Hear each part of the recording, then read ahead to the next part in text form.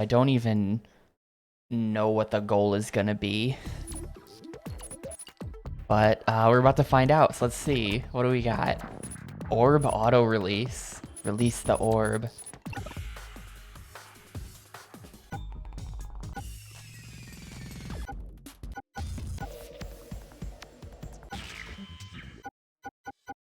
Ode to Mr. Cupcake. The soundtrack is gonna be like that.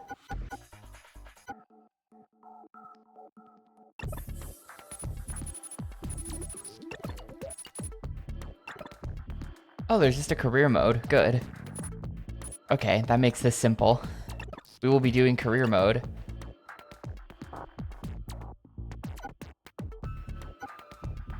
These characters are so bootleg. Like, look at... This is like, look at them. Wait, why does only he come in a car? Is that because... Are the tank treads his legs? Everyone else is just standing there, and then he comes in the car.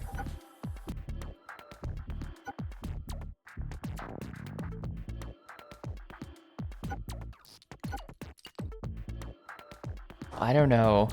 Oh, she comes from the Australasian megastate, United African Continent, European Union, Eastern United Provinces, United Kingdom, Soviet Alliance, United States of America. Wait. What is the Eastern United Provinces then? That must be like...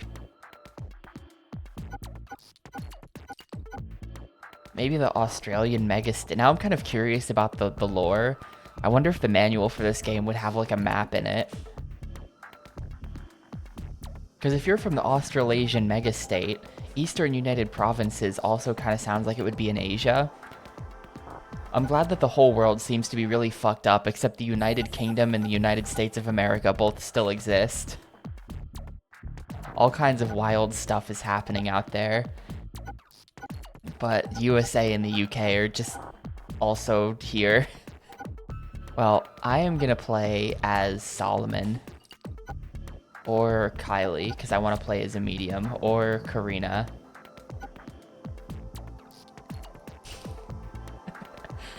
Man, if only Spock were here, could make jokes. Got alt outfits for them as well. I think we're gonna have to go Karina from the European Union. You have good taste. Yeah, wait a minute. This means that the UK is not in the European Union. That's pretty good. They did predict Brexit.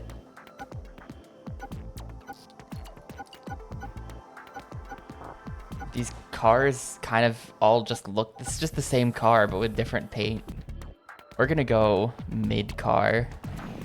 A mid-car for a mid-gamer.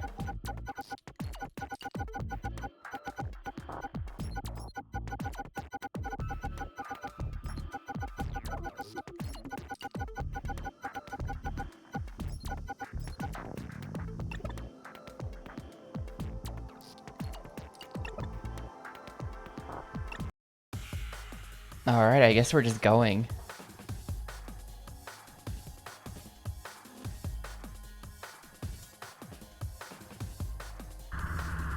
Oh. Ooh, weird lag when they load the tracks in. Oh. Oh, why is the performance like that?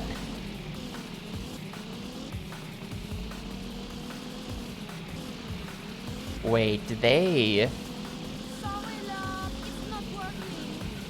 Oh, those motherfuckers. You wanna know what they did? You wanna know what the controls for this game are? Hang on, I already have to turn down.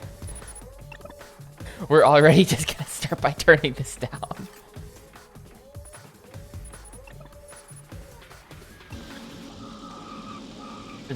So accelerate is on the A button, right? But it's not...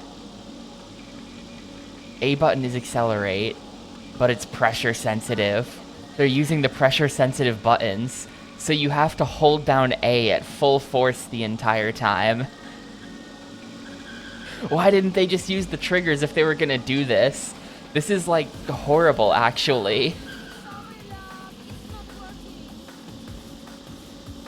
have to like jam your thumb into the hard plastic A button like as hard as you can to get max power, to get max speed in the game.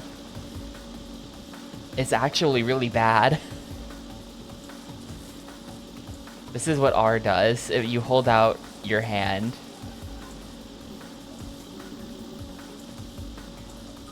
I need to figure out how to orb this guy.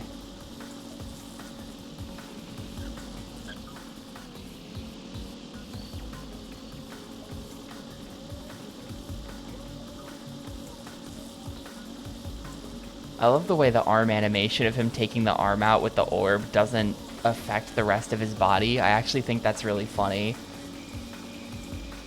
Like, he's completely stiff, and then the arm just comes out.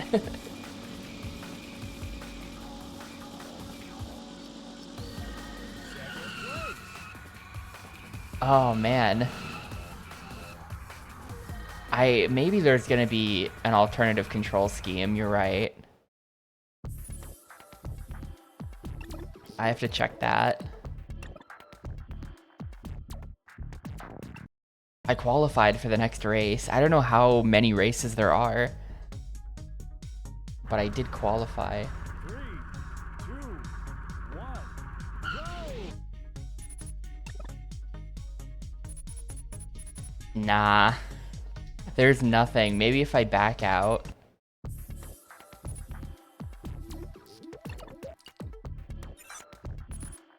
Options. Nah. These are just the controls.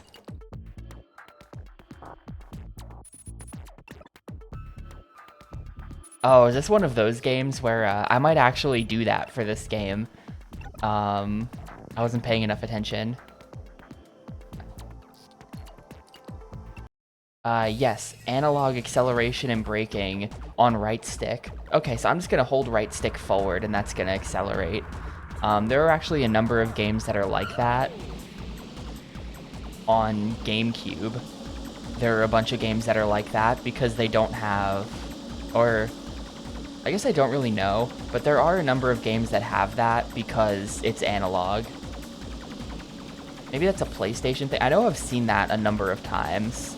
And I think the idea is that the right stick can be used for analog inputs. Oh, there's like Mario Kart items on the track now. I literally never use the right stick controls though, because I think they're weird.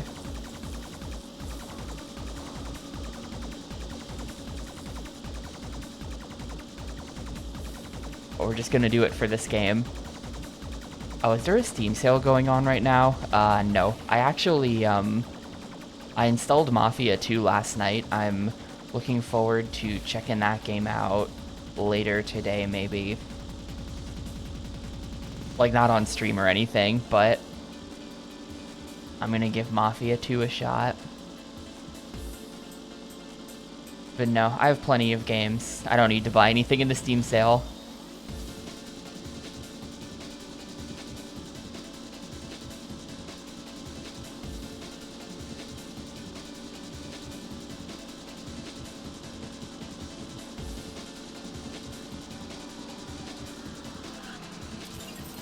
Oh, these turns are kind of tight. You actually have to use the brakes on them. Oh, shit. We're fine. I don't know how to use items. Ah, there we go. It's click the right stick to use items. So I'm holding the right stick up to drive, and then I click the right stick in, and it throws the orb forward. Legitimately crazy control scheme.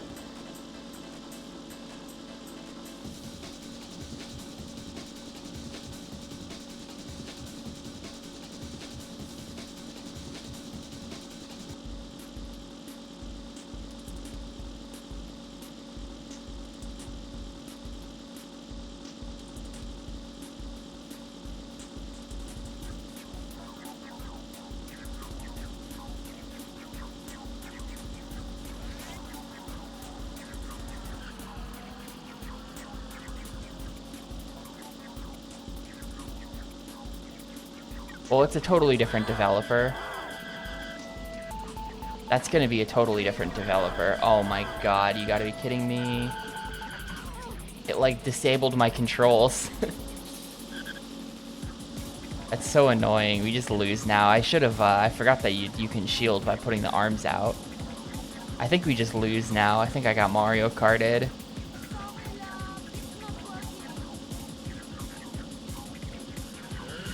Hopefully third place is good enough.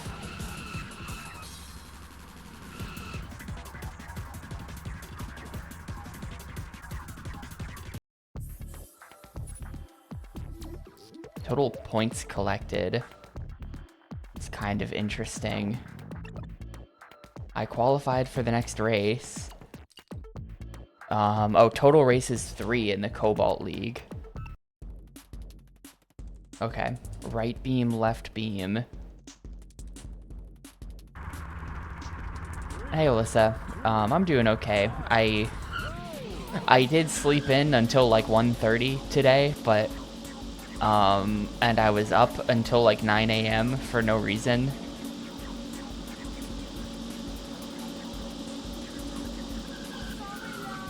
So that's kind of bad. I'm hoping this doesn't lead to a lot of bad things.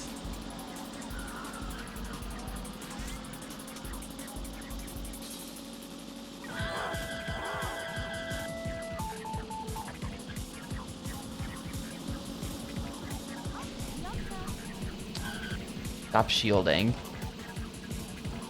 This game has a 24 on Metacritic. Wow. That's really impressively low. I should have gone for the max top speed car. This is clearly like...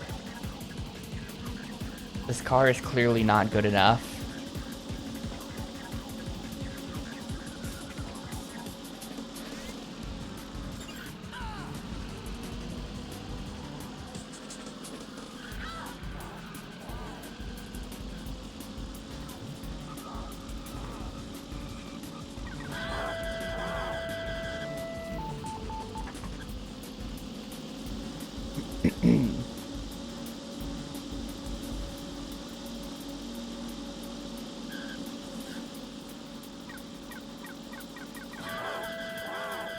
You can turbo boost so much your character goes into cardiac arrest? What? What?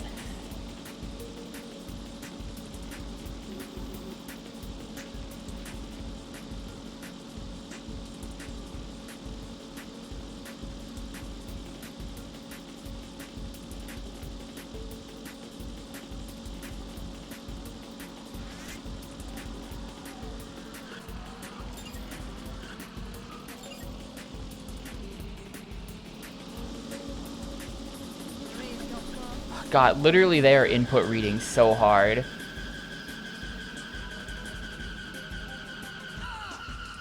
Well, it's over. They are input reading so hard. The instant you go to throw the weapon, they just put the shield up like the same frame.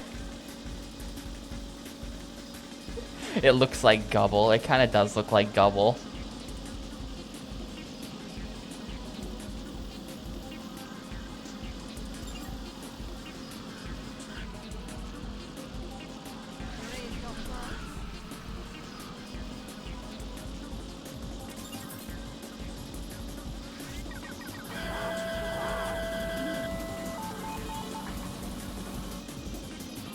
Man, that missile totally ate my warp. I think warp is just like speed boost.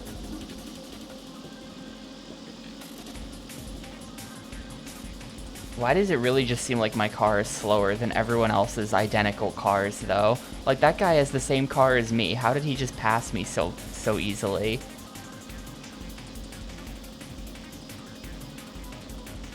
And now I just can't get anywhere close to him.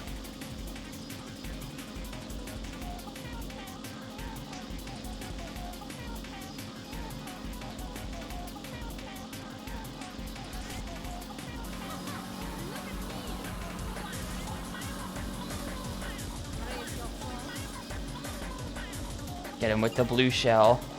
What? I think he shielded the blue shell. He just shielded some kind of missile that was being fired from behind me as well. That dude in first. input reads so hard to block it, to block items. It's actually crazy.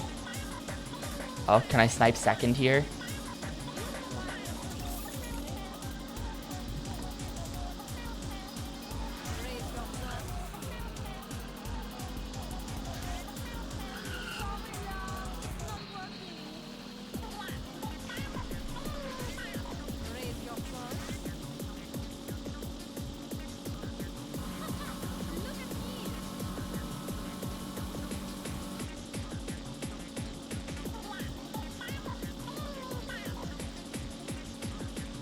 Yeah, hang on. It has these like weird sped up vocal samples.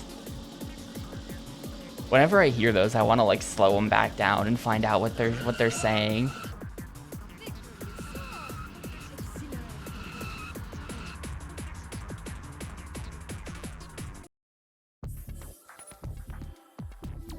All right.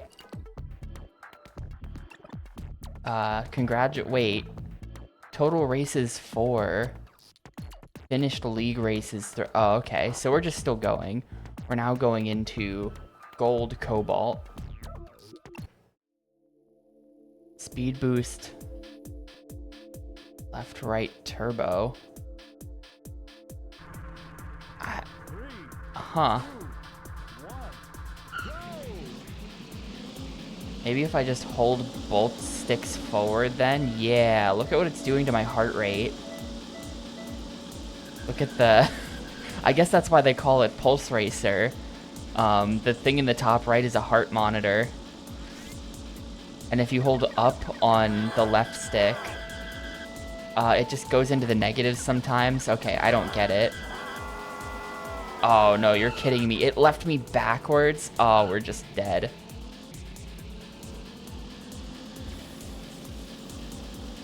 If you hold forward on both sticks, you can see it going higher than it was before.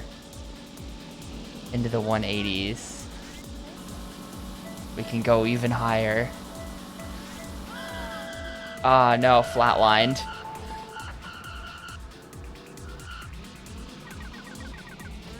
This is weird.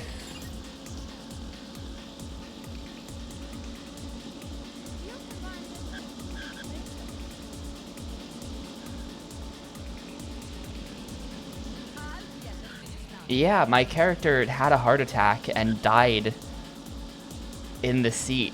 Like, I didn't think of the shield in time.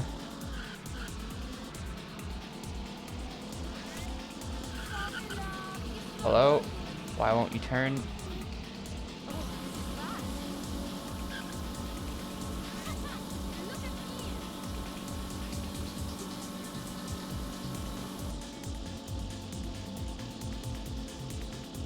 There's no speedometer. I've been trying to figure out this whole time. It doesn't feel like the arrows on the track make you go faster. Like, if you take the turn wide, I don't feel like that actually does anything. Racing on top of those giant arrows. I feel like racing conventional wisdom is that it's good to be on the big arrows.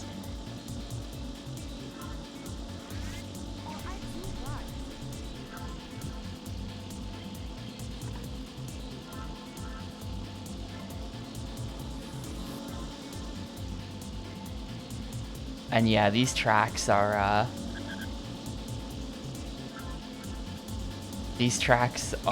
bad.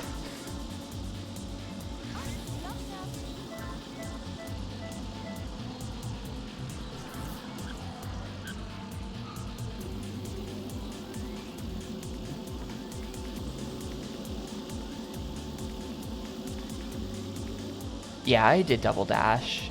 It didn't take very long. I honestly don't love double dash. I didn't have it, none of my friends had it, so I didn't really grow up with it. I didn't have any nostalgia for it. And it kind of just plays weird. It's more similar to 64 than it is to Wii. And to me, the older Mario Kart games just kind of play weird.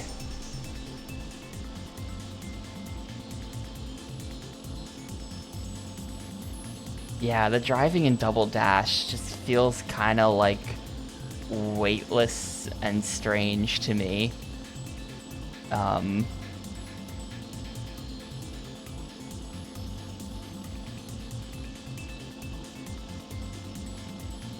It just kind of feels weightless and strange to me, Double Dash.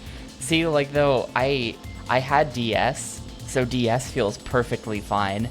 DS feels completely normal. I was playing it recently, and I was like, oh yeah, dude, Mario Kart DS, this game is sick, actually. Or, you know, reaffirming that this game I haven't played since I was a kid is sick. But, like, Double Dash, I just can't super get into.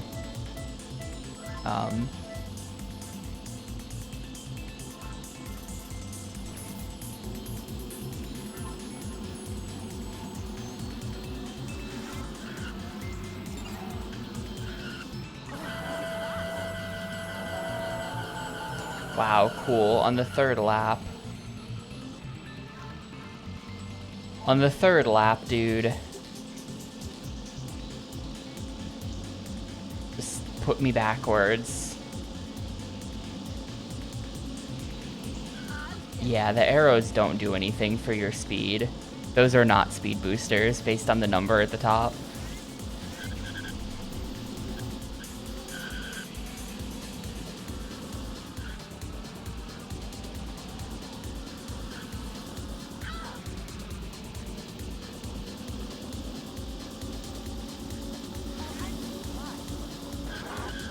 Bruh.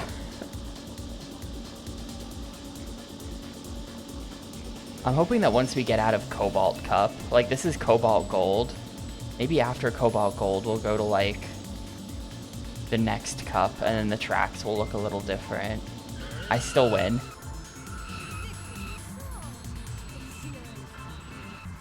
See, it's definitely like, for me, Mario Kart is definitely like a specific time and place thing. But I don't accept that a lot of my opinions about older games are nostalgia based. Super Mario Sunshine is a masterpiece, and nostalgia has nothing to do with it. But like for Mario Kart, like I can't get into the newer ones. I just can't get into 8, and I can't get into the older ones that I didn't have. It's specifically, you know, DS and Wii, where I'm like, yep, those are the good ones. 8, is there anything wrong with 8? No. Is there anything wrong with like the older ones? Not really. It's specifically just for Mario Kart. I'm only really interested in the ones I had as a kid, I guess. Well, I'm holding up on the analog stick in some places. I am doing that.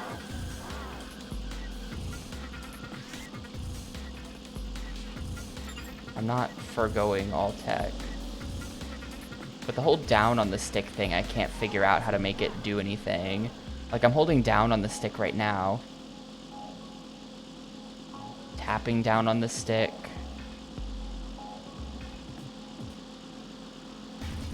Alternating between down and up.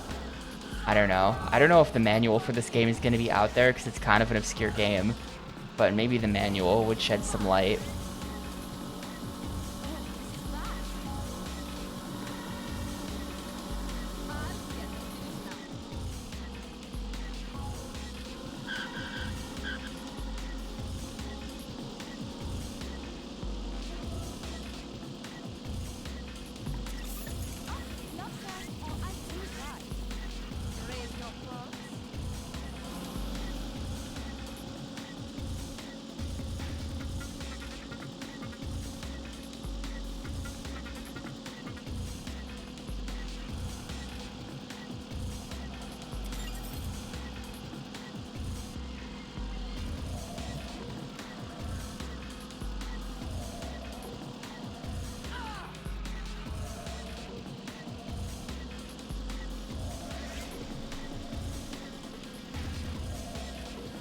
Like, come on, you try to use an item, they will input read and shield it. They start shielding before they even see the animation start of me throwing it. And besides, I don't think there's a behind the view camera, So I don't think they should be able to see me throwing the item anyway. They just have, like, computer psychic powers.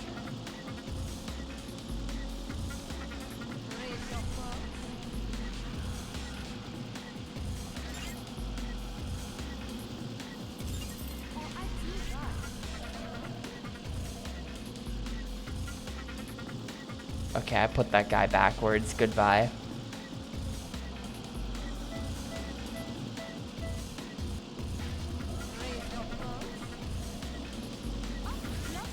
Yeah, it's a really crazy looking game, right? It's not in a good way.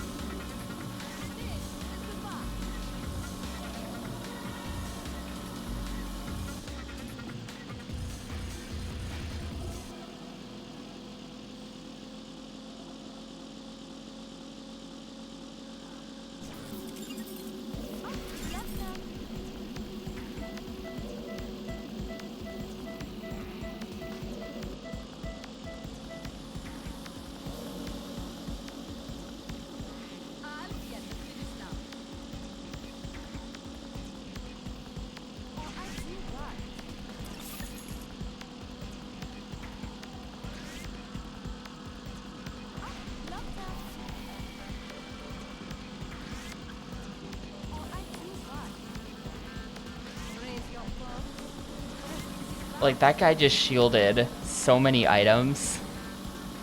He just shielded like 5 of my items in a row. I think that they've just programmed the AI to be too good at blocking.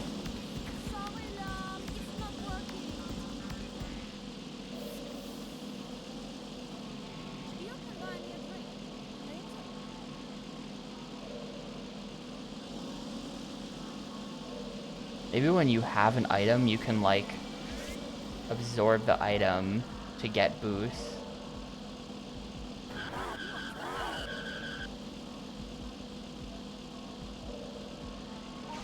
No. Maybe when you're on the arrows, you can do down stick, and that's how you use the arrows to boost. Why would the arrows be there if they don't do anything? I feel like they have to do something.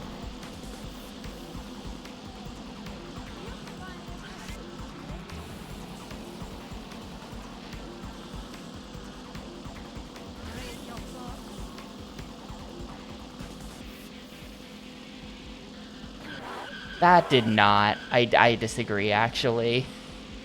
That totally did not hit me. Bad hitbox.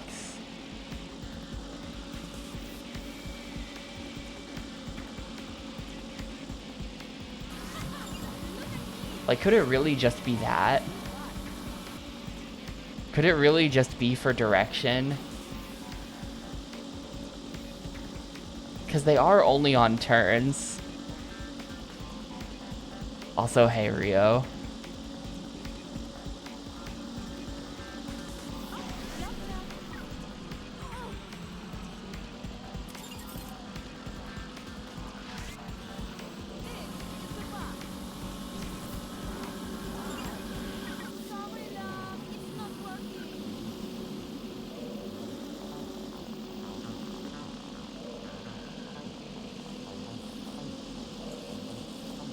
Uh-oh.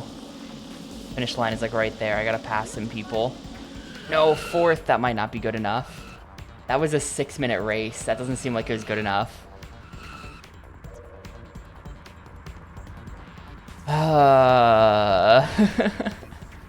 6-minute race to not advance or something. You unlocked the location generator option. You failed. Try one more time. A video from 2 weeks ago. Is Pulse Racer the worst game ever? I hope not. I wonder what the location generator is.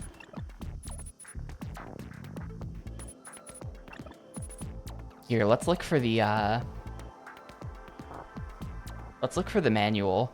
Pulse Racer Xbox manual.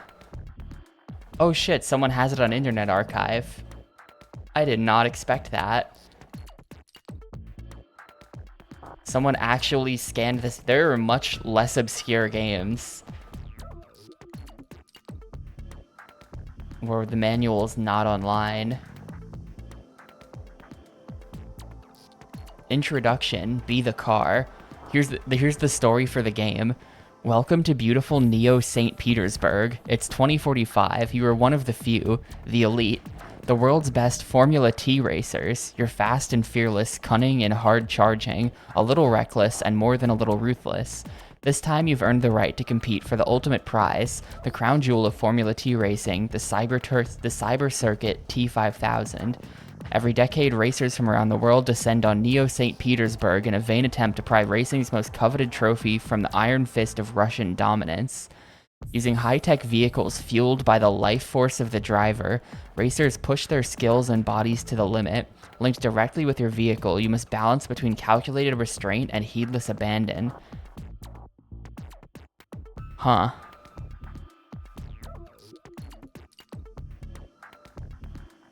Let's see. To challenge the ultimate prize, you must advance through 3 Formula T leagues, Cobalt, Obsidian, and Platinum. Each league has 5 tracks. You'll have 3 laps in each race. To advance, you must place first, second, or third. Your competition is robotic drone drivers. You'll also face 3 bosses, aggressive, relentless drivers who pounce on every opportunity. Defeat a boss and you can play as character. To unlock the bosses, you must place first in your league. Engine classes, career info. The career info shows your progress after each race, including the Infinitrax options. So what is...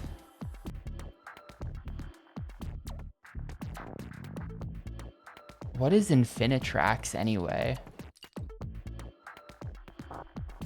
And what is orb releasing?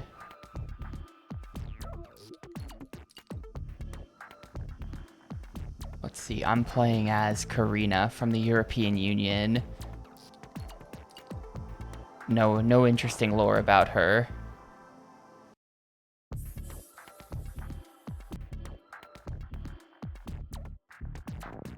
Infinitrax, the track generator. When you begin your career, the Infinitrax track generator randomly selects settings. As you accumulate points, you can open more of the options to create more tracks. So the reason why these tracks are all generic and shitty looking is because they're procedurally generated. That's why. Custom track pieces. I'm trying to figure out, okay, pressing a trigger while approaching a plasma orb will attach your vehicle to the orb, which then hurls you around the corner with no loss of speed. You can turn off the auto orb release function. While leaning forward, you at low speeds, pull back the left thumbstick, so that's the problem. At high speeds, push the left thumbstick forward. That kind of makes sense, actually. Okay, so that's what the holding out your arm mechanic does.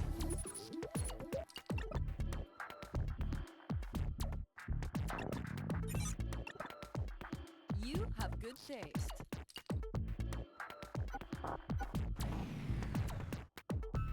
Wait. Oh, load career. Load career. Definitely load. Let's try this again. Now I think we can take turns faster by using the orb mechanic. And I didn't understand that.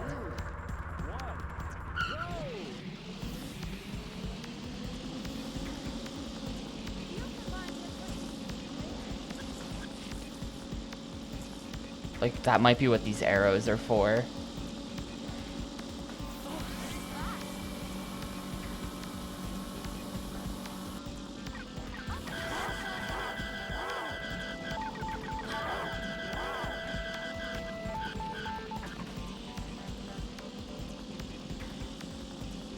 Yes, I have played 1, 2, and 3. I never played 4.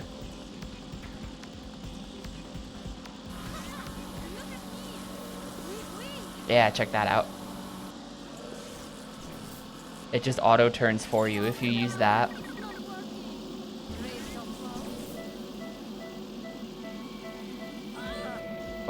accidentally gave myself a heart attack.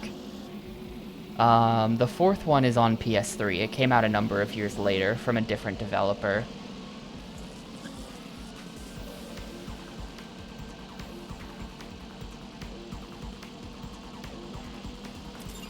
I think it might be on Vita as well. I think it's one of those games.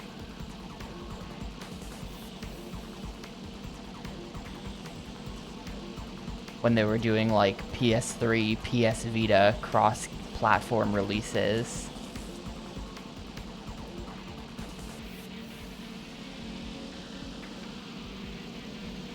Yeah, Sly 1 is pretty fun. Sly 2 is like ass though. Sly 2 and 3 are not nearly as good. That's like a unpopular opinion, but it's a correct one.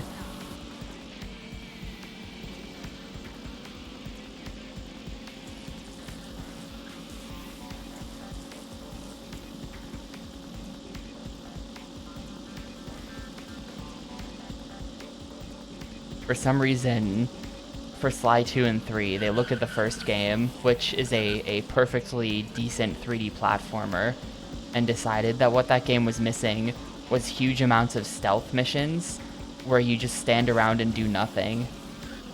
And it is mission-based, it's not even, you know, it's not even levels anymore, it's now this like weird pseudo-open world thing, where you do missions that mostly amount to just standing around on the same map for like a couple hours. It's really not good. I'm not sure why people like Time Splitters 2. Or not Time Splitters, Sly 2. Made me say Time Splitters. Time Splitters 2 is good. But yes, I've played Time Splitters 2 and Future Perfect because they are on GameCube. I've played every GameCube game.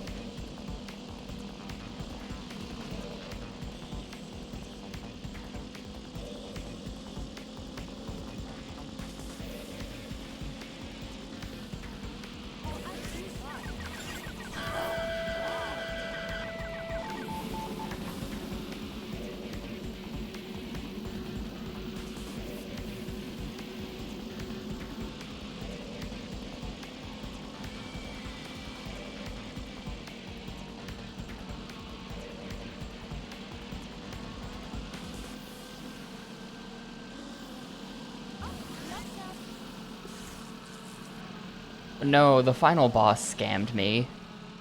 The final boss scammed me. I take no credit for what happened with Wind Waker. It's the game's fault. Lego Racers is not on Xbox. That's an N64 game.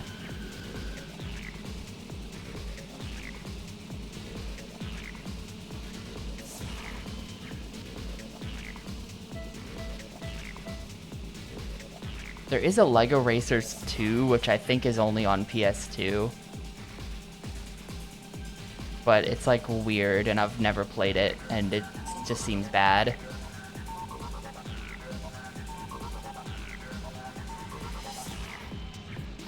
Why is my car so slow?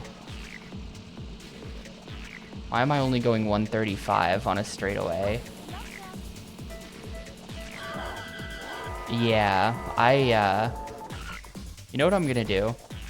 No, I'll finish the race at this point. These races are really long, so I don't wanna waste sitting through 5 minutes of this. I had Lego Racers 1 on PC back in the day, but I don't think I've ever met anyone else who did have it on PC. Everyone just says it's an N64 game, so I just also call it that, I guess, for simplicity's sake. But yeah, I had it on PC.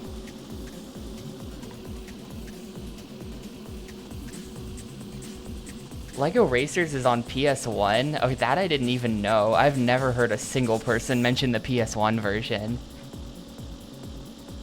And yeah, there were certain Sonic PC releases in the 90s.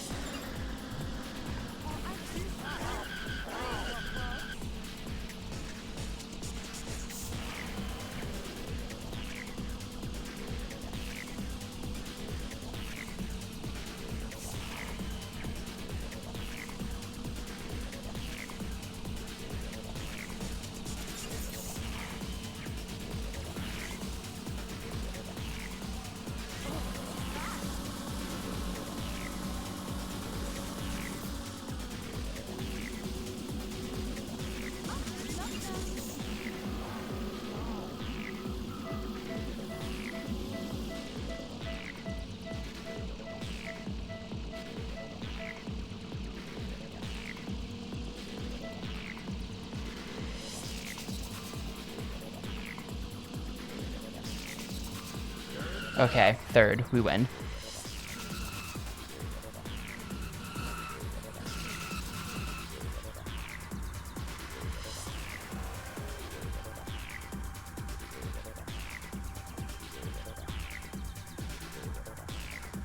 Yeah, you can, like, the fake category of abandonware, like, high-key annoys me so much. Abandonware is not a thing. People just think they can pirate games if they're old.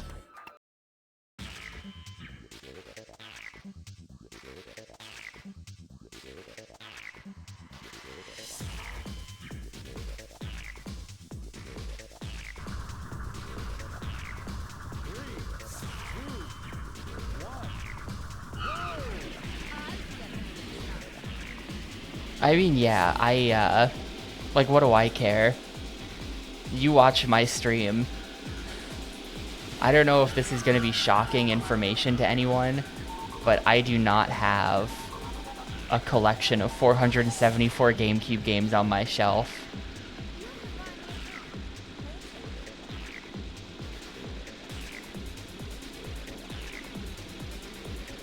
Well, the speedometer is the number.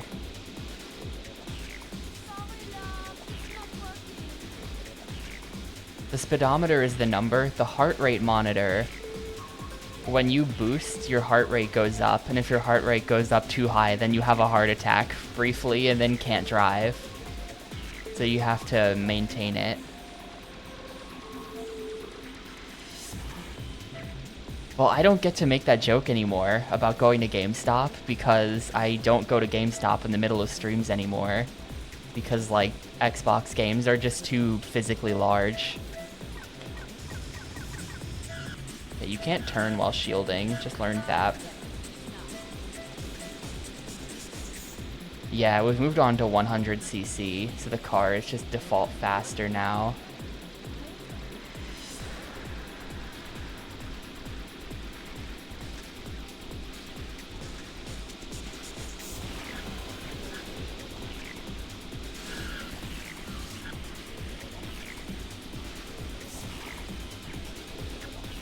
It's 219,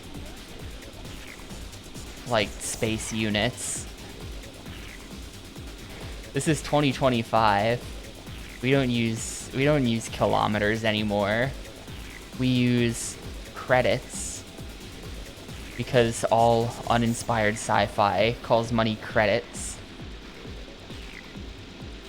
So why not units of speed as well?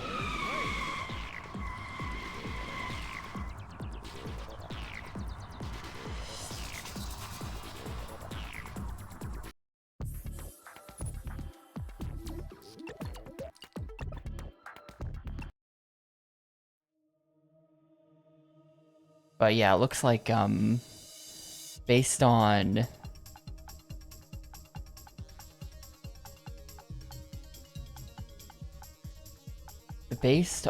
what it says in the manual, it looks like this is gonna be either 15 or 20 races we have to win. It says to challenge the ultimate prize, you must race through 3 cups. I don't know if that means there are 3 cups. The entire rest of the game just talks about 3 cups. But the specific wording there makes it sound like something will happen after the 3 cups, and then that's just never mentioned. So I'm thinking there's either 3 cups and they just used weird wording in that one sentence, or there's 4 cups and the 4th cup is some kind of secret thing that we'll get to after the 3rd cup is done. They don't want to reveal too much.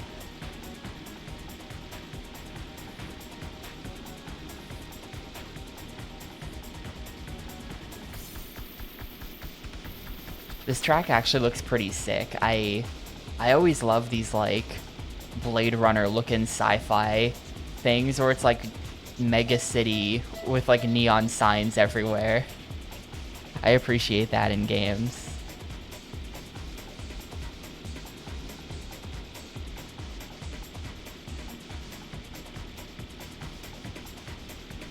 Like, oh, good. They're advertising Krag soda and some kind of cube.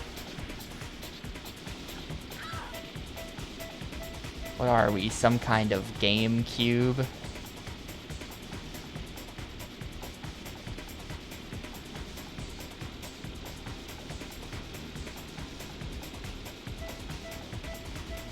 Time to travel.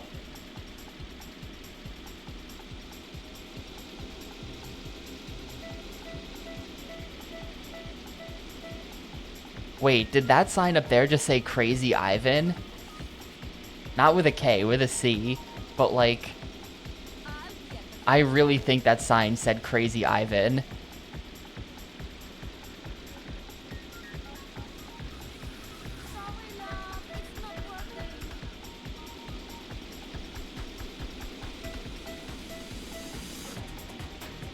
I wish I had picked the max speed car. Like, we're just gonna lose because I physically can't catch these people.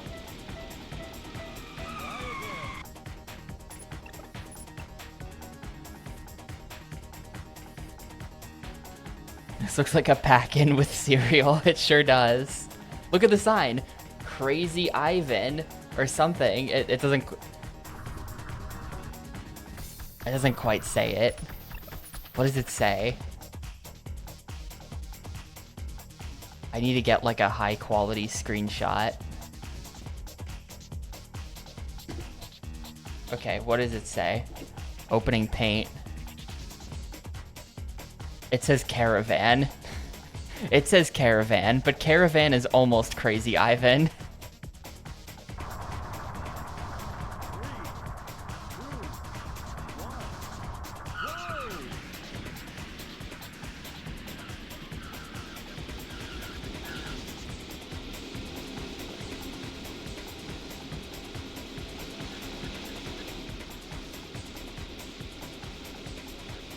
No, you've not.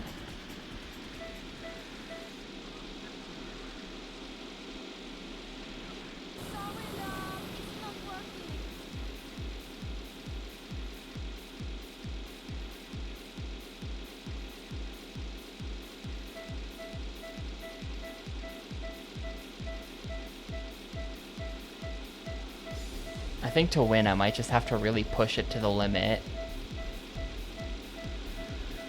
I'm a little bit safe when it comes to the heart rate, and I think I just need my person to be on the verge of a heart attack the entire race. Ah, shoot. It goes yellow before it goes red. I think I just have to push it so that it's like constantly in the yellow.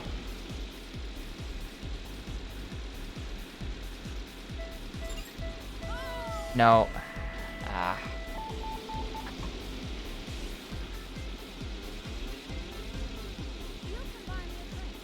The yellow is really thin though.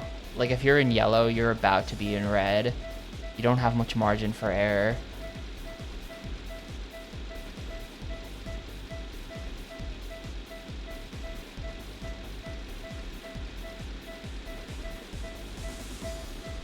I wonder as well if I can get it into yellow and then like maintain it staying in yellow the entire time. Like would that be even possible if I like tap forward on the stick to just like do maintenance?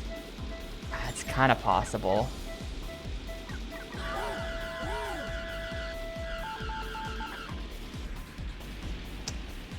These tracks are too short, so getting hit by one thing like that's kind of bad. Yeah, everyone just passes me and I lose now. We're at the end of the race. How annoying. How annoying.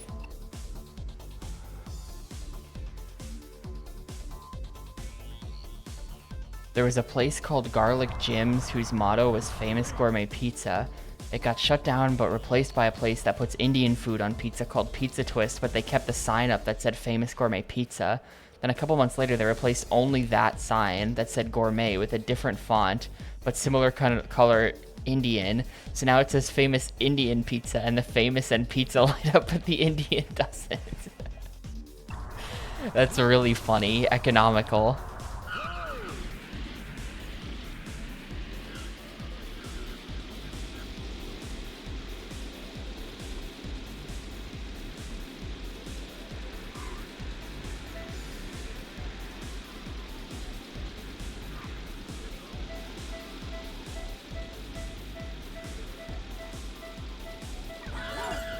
Where does that even come from? Where did he get that?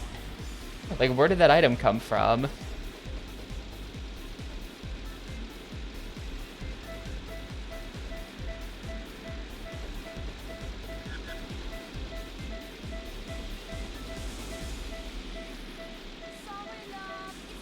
Yeah, the famous claim. Like, no, it's not. That's not even your sign. I literally... This conversation just made me remember that I had a dream last night that a Domino's place revealed that they were the oldest pizza place on Earth. And it was just like some Domino's franchise. And it was discovered that they were the oldest pizza place.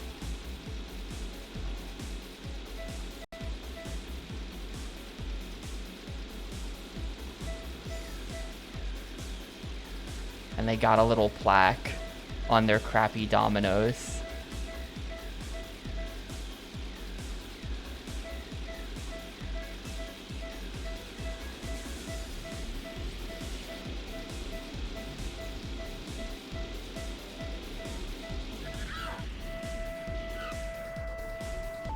Oh no, oh no, okay.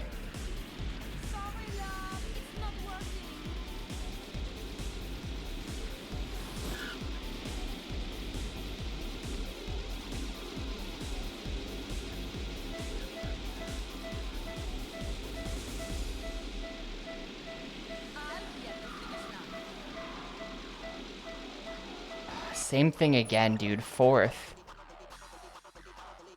Maybe I need to reset the whole thing and just pick the max speed car.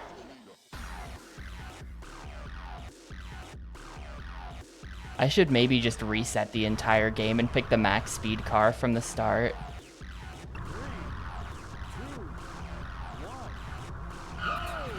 Who will be the leader? It's your choice. That's what the sign on the left says at the start. I can't tell if it's... I think this game has pretty aggressive rubber banding. But I can't really tell if it's that or if I just picked the worst car.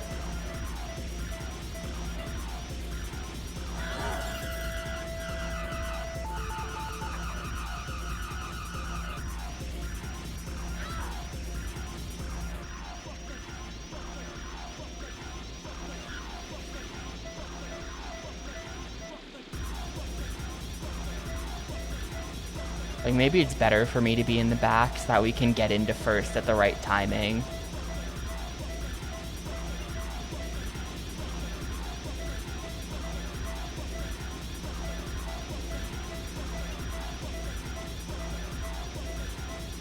Yeah, I did know about that. We're the last ones with full service gas stations.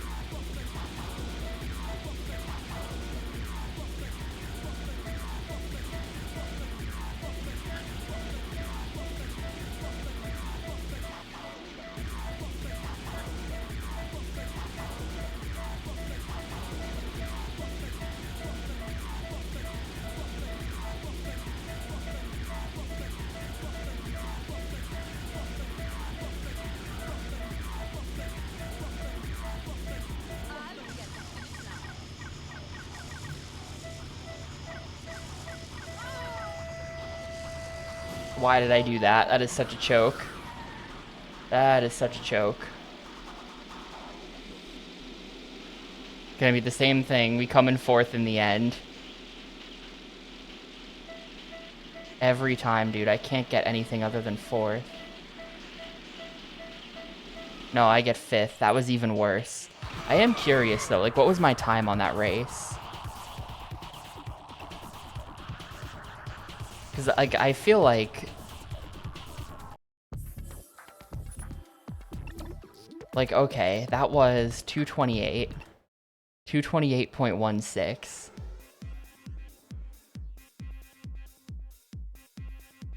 I feel like I'm just getting rubber banded on, where no matter what time I get, the computers are just gonna do slightly better than me. Aggressor.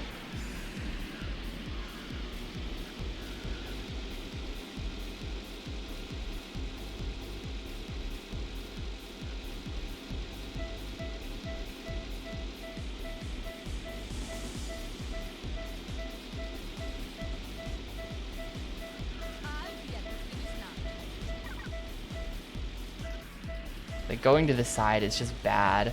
You can only do it if you're a computer, and you can just make casually like 90-degree turns.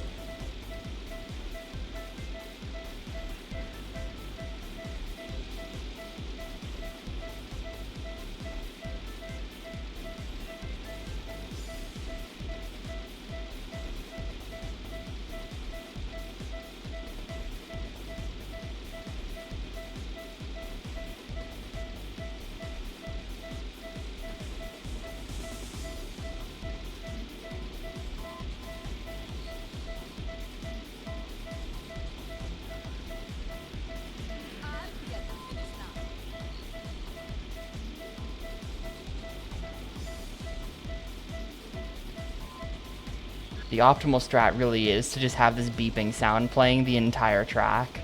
Because that means you're close to heart attack, which means you're pushing it as hard as you can.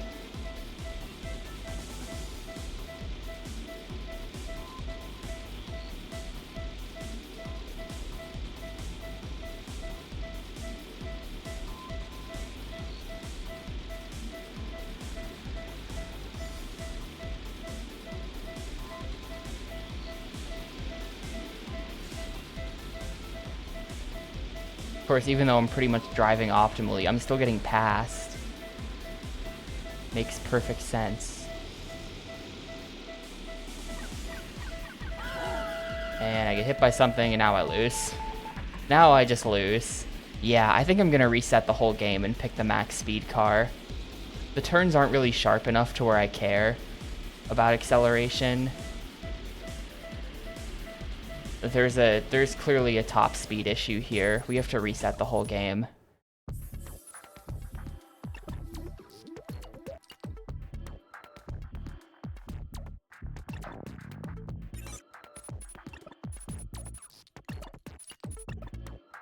This will be fun.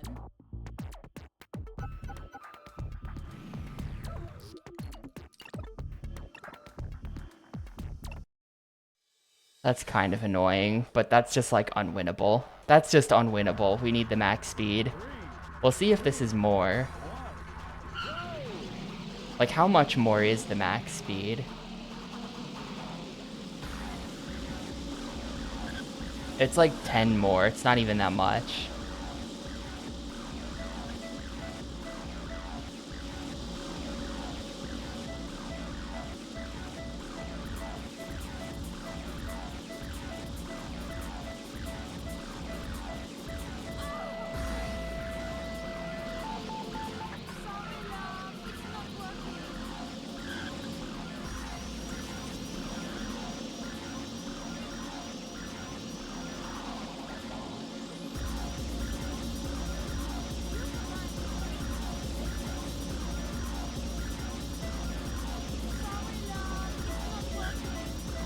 I don't even think the max speed car is giving me more speed. I think it's exactly the same, 158. Going up into the 160s if you push it. It kind of seems exactly the same.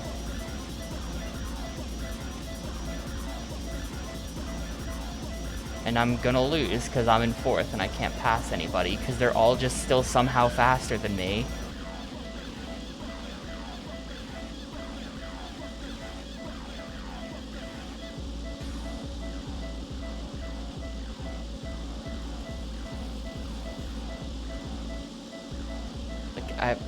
The car can't go faster than this.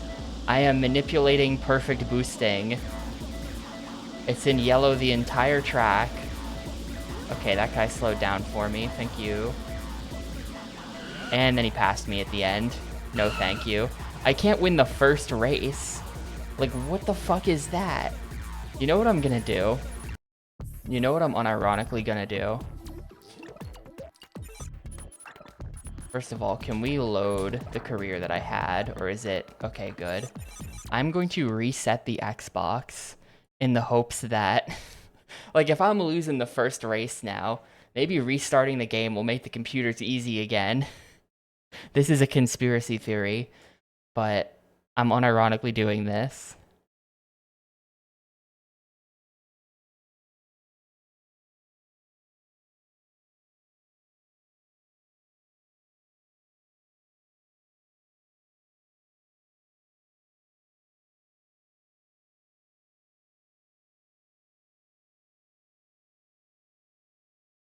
Man, I have to go check. Hang on a second. I'll be right back.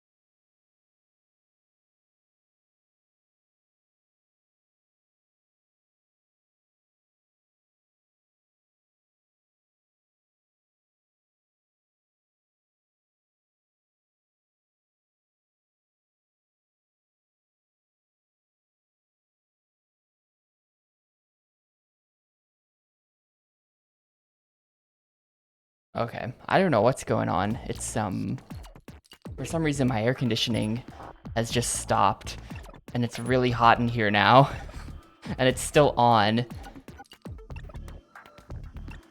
It's still on, but I don't think I've heard it do anything all day, and it's really hot in here, so I wish it would turn back on. 3,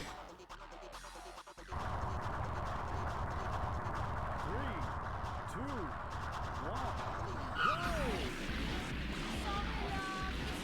But yeah, the max speed car is not going to save me here, it seems. This is the unfunniest YouTube video you've ever watched.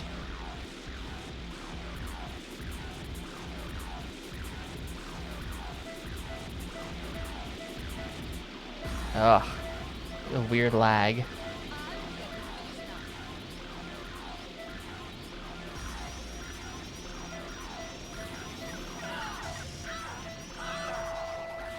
I don't really have beef with any specific YouTube videos. I tried to think of a counter example, but I got nothing.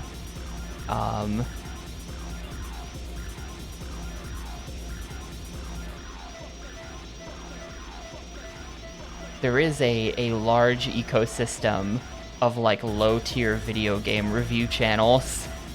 There is one dude who was bugging me after I played Baten Kaitos. For some reason I was looking up a YouTube video for Baten Kaitos for something, and I watched some dude's review of the two games, and it was like a 25-minute review where he basically just summarized the plot, and it bothered me so much.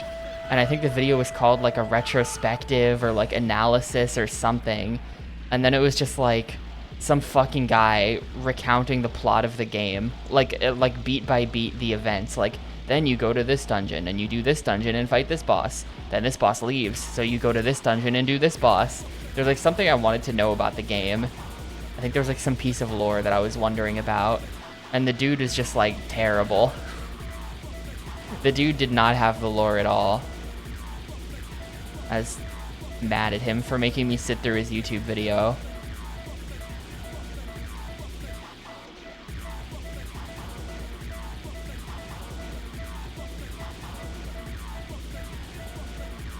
It was the two Baten Kaitos games.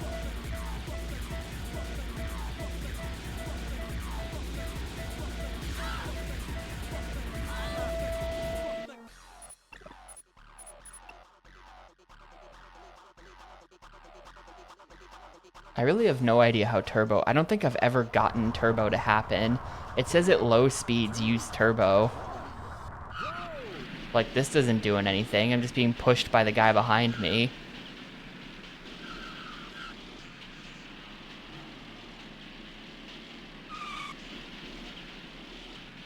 Like, that's not doing anything.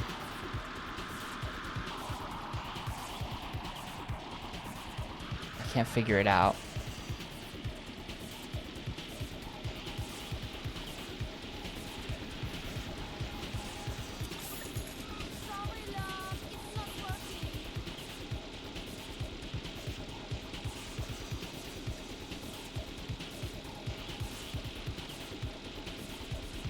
Wait. Instant heart attack, damn. How was I going so fast there?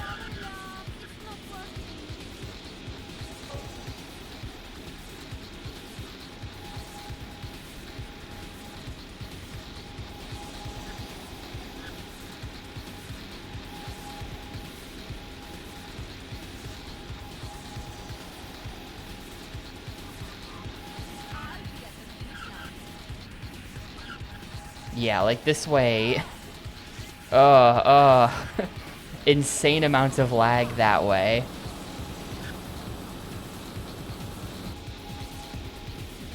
But, going off to the sides is really only viable if you're the computer, I feel like.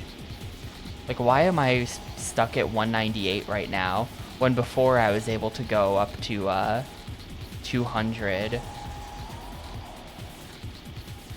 Wait.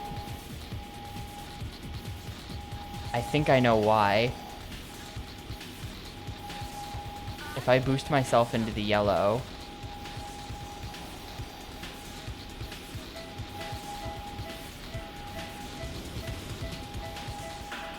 No, I have no idea why. Why did my top speed go down? Why did my top speed go down? I used to be able to just get like 200.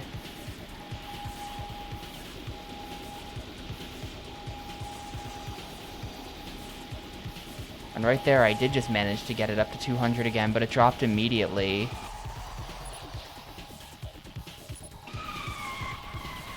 That was 5th place. Let's see what the time was.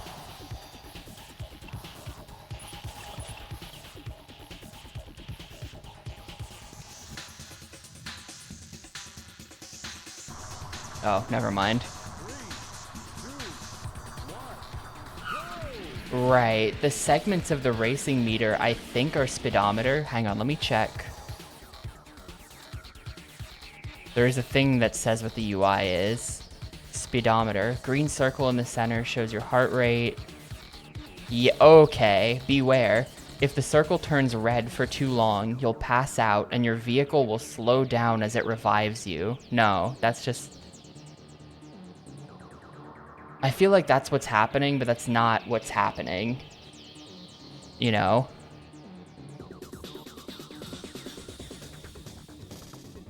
Like, that's not...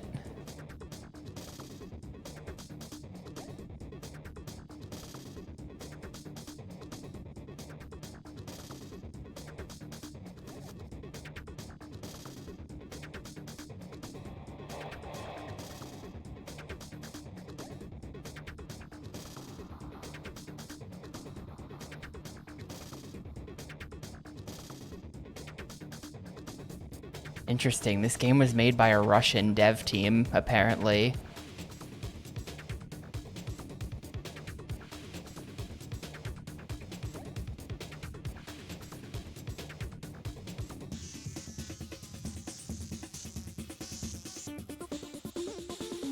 I guess that's why it's Neo St. Petersburg and why the Russians are the best at racing. This is made by a small Russian developer.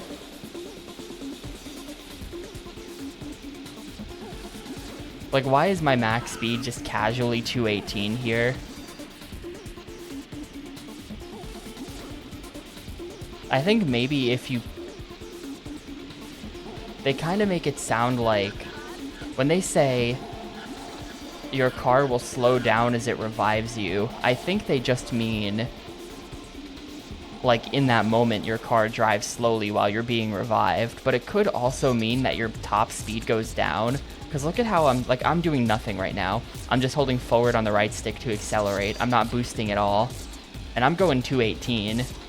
I'm going 20 miles an hour faster than I was by the end of that other race. So I think every time you have a heart attack, it lowers your max speed. That's my theory. I think there's some kind of heart health mechanic that ties into your max speed.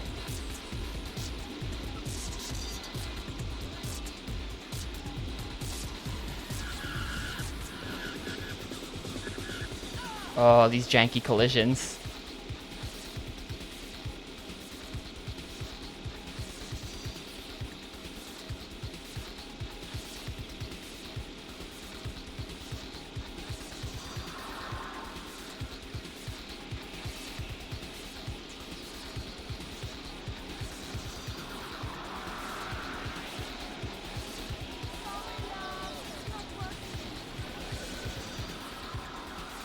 So I think that what I thought was optimal driving is actually, like, how to lose the game driving.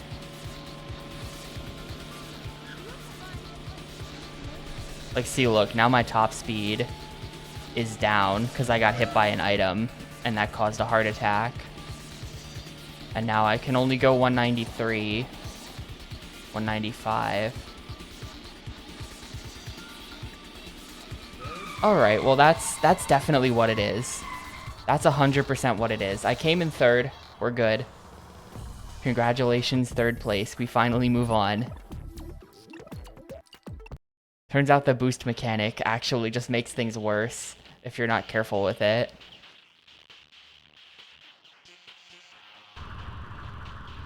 Three, two, one, go!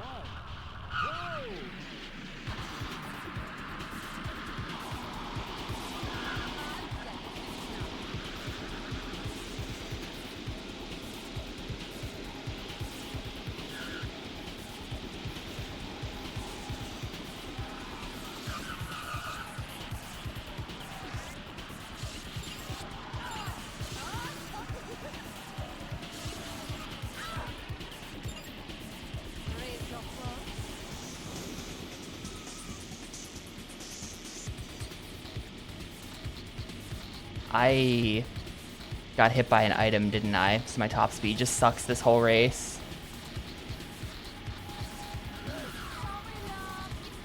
Maybe that's what the health pickups are for. Maybe the health pickups are for restoring your top speed. Because I've been wondering that the whole time, because there is no health meter in this game. Like, it's not a thing. Oh, well, top speed is still 218. Apparently. Alright, I have no idea how this game works. I'm trying to figure it out, but I have no idea how this game works. I think that heart attacks are bad. I think I've discovered that about them. Very insightful.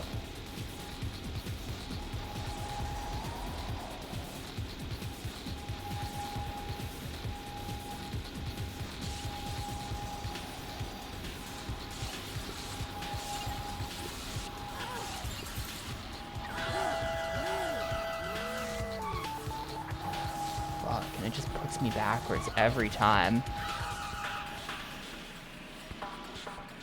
And it just puts me backwards. And now my top speed sucks.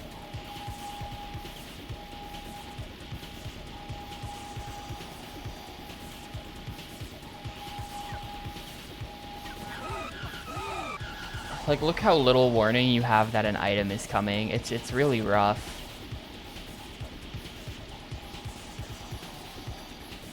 I think I'm dead. I don't really think I can get first anymore because of the heart attack that put me down at 198.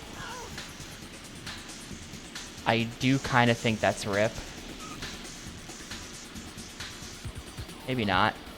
But I'm going to stop boosting so much. That's what I've learned. Because if you're boosting and you get... The boosting will set your heart rate to red, but I don't think it'll heart attack you. Maybe it will. But if you're boosting and you get hit by an item while boosting, that'll put you over the limit and you'll heart attack. So I think that boosting is kind of just bait. Like, you should use it sparingly. Only in certain places where you know it's safe to do it.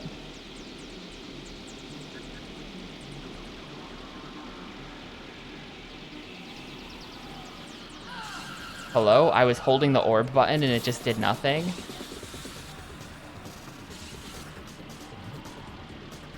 Hello? I was holding the orb button and it just did nothing.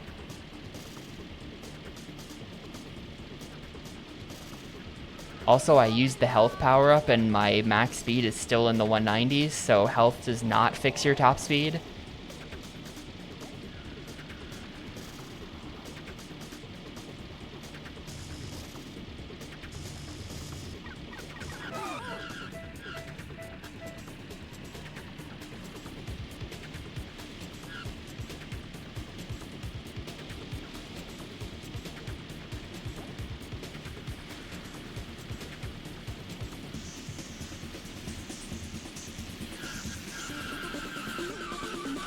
What?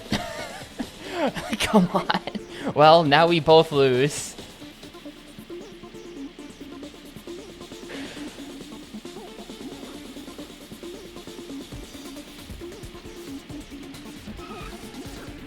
This is absolutely a cereal box game. This is ridiculous. This is ridiculous.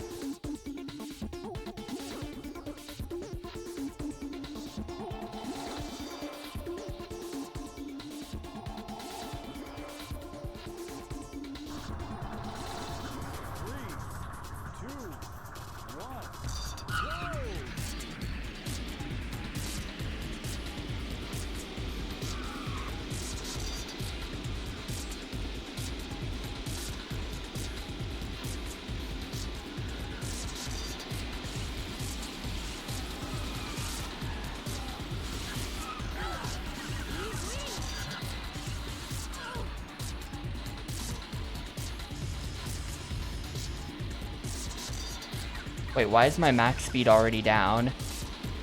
I didn't heart attack. Why is my max speed down to 191? What is this? Hello?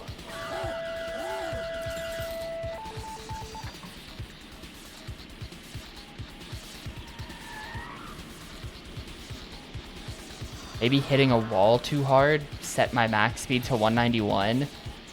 Why am I at 191? We're not even a minute into the race. I didn't...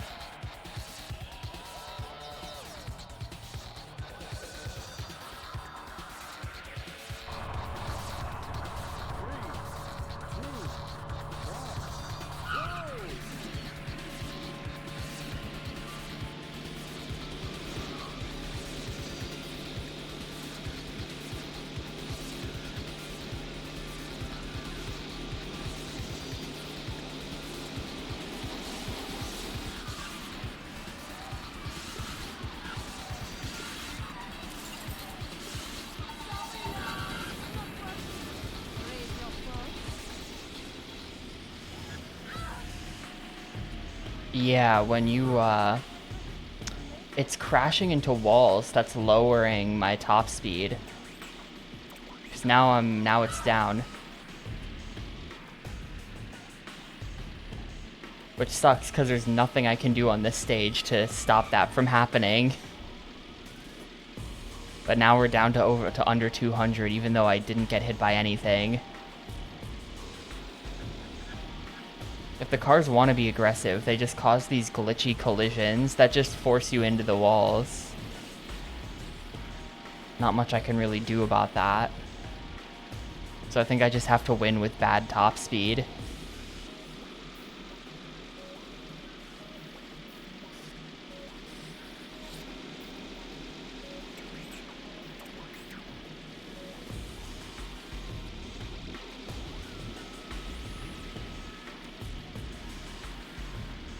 Well, I can't consistently get a health upgrade because the items are random. And also, the only items are like off to the side where I just can't get them. Like those are the... This is the spot where I can get items.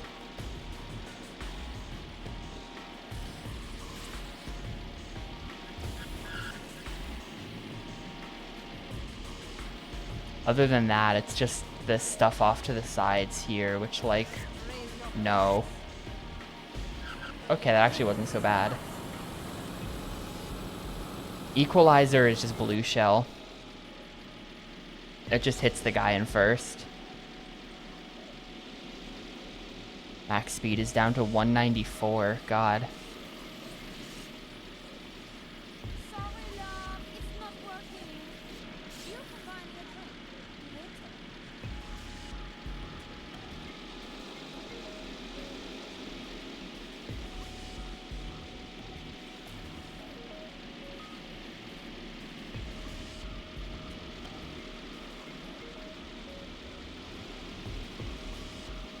I got passed to go into fourth at the last second there. If that was the third lap, I'd be so mad. That's probably gonna happen to me. I should try to get a boost power up and then hold on to it.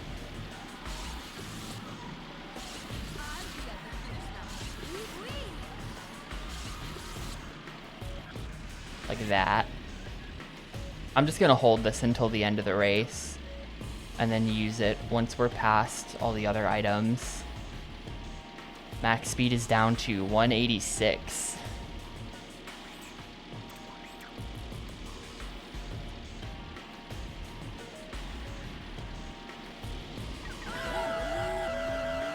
And backwards. Alright, we lose. That's just GG. And there's another item coming. That's just GG. That's really frustrating that had to be. There's like some percentage chance that when you get hit by an item, it'll just leave you backwards. Makes the item like 20 times worse.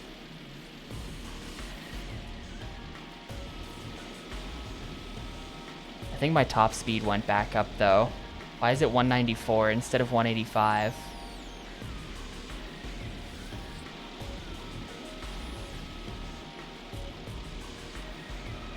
Nope, that was fifth. Man, we were gonna be fine if it weren't for that. This game is shit, dude. This deserves a 28 on Metacritic. This is really bad. Let's see, that was 409.2.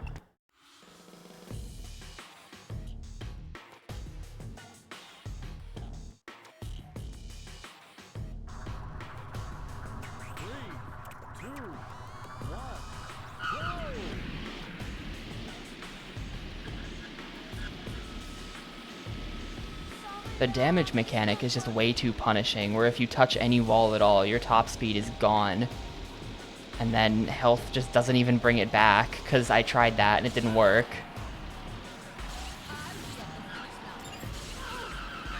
Alright, the orbs are just not working. Cool.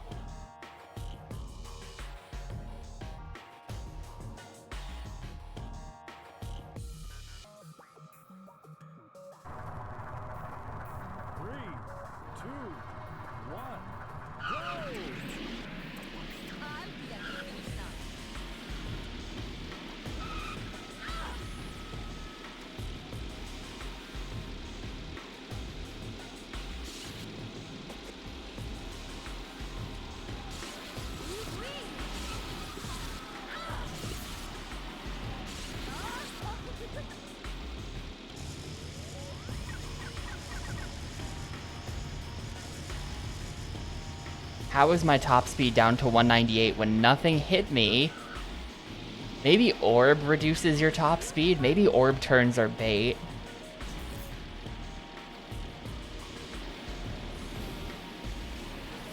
Maybe orb turns are bad, because nothing hit me and I barely touched the walls, and I already lost 20 miles an hour on my top speed. I don't think this mechanic is in the manual anywhere. I can try to scan the manual again and see if it's in there somewhere, and I just missed it. But I don't even think the manual explains this. There's just this weird top speed mechanic. I wonder if it's a bug. I'm honestly starting to wonder if it's a bug because it's such a weird thing to put in your game and then just not mention anywhere.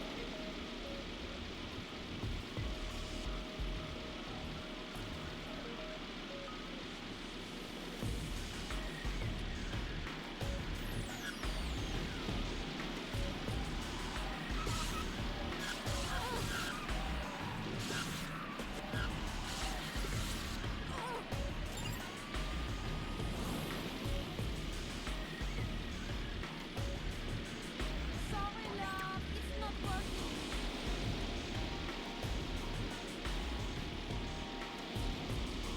You can find a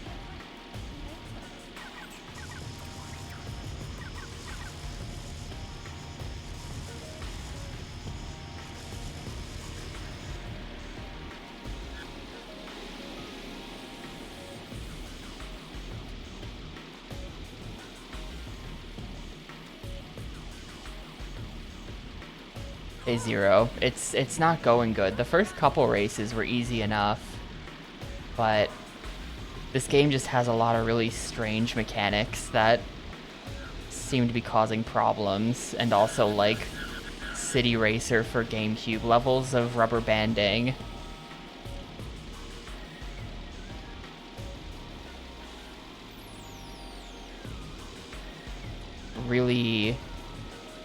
Really sucks to be going max speed, which somehow my max speed has gone back up to 211.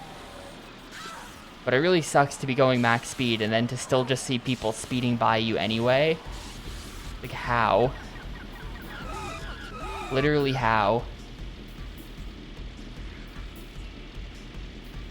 Like, maybe you get your max speed back for good behavior, where like if you don't touch anything for a while, you'll get the number back. Like, we're still at 206 now.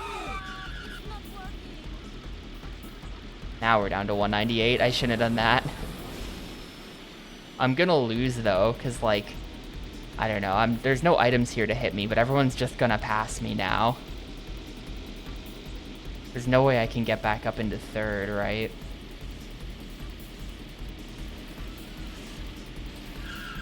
Ah, nope. Okay, that guy screwed me with a glitchy collision.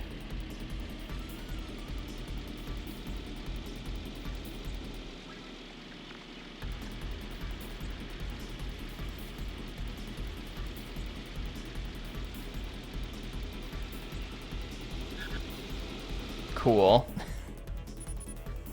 What was my time on that? I want to see my time compared to the other race I did.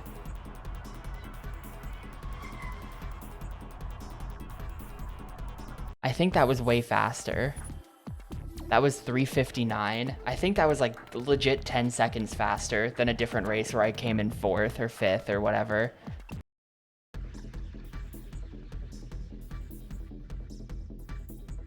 I'm gonna start writing down my times, but I don't think I've ever gotten a sub 4 before, and that was still 6th because rubber banding.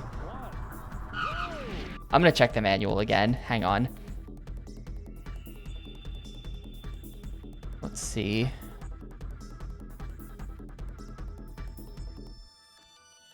Okay, while leaning forward, you cannot connect to plasma orbs. That's the problem.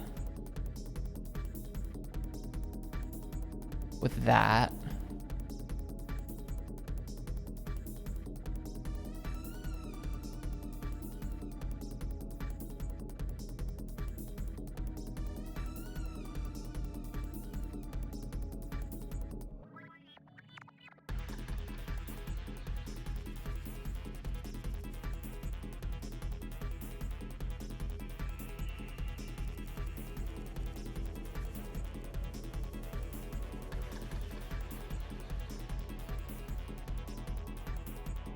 No. There is nothing in the manual about the top speed mechanic. I think it's a bug. Maybe that's just a conspiracy. I straight up think it's a bug. I think something is broken about the top speed where it changes.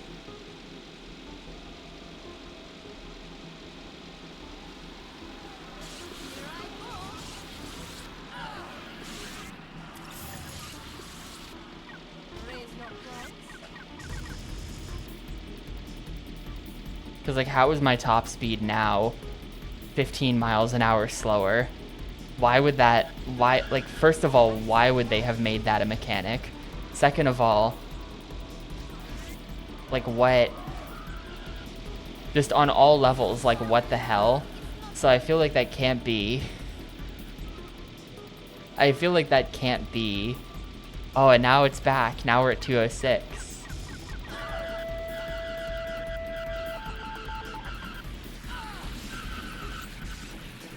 No, we still don't know what health does.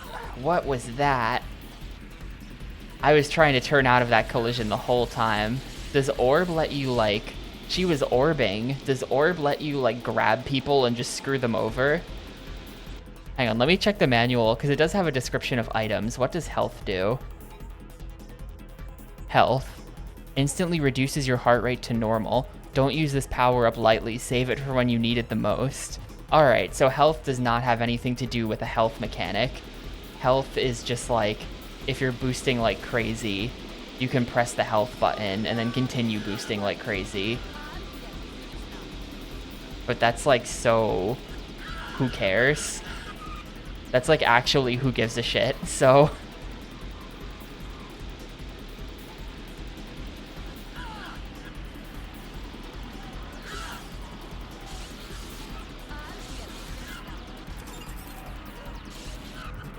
Hello? Don't know why it didn't engage there. I'm gonna hold the shield. It just seems like... I think I need to get a speed boost, be in a decent position at the end of the track, and then use the speed boost. I think that's the only way to win. Ah, that guy took the speed boost. A shield isn't gonna work because this is too long, so they can still just get by me. I need a boost.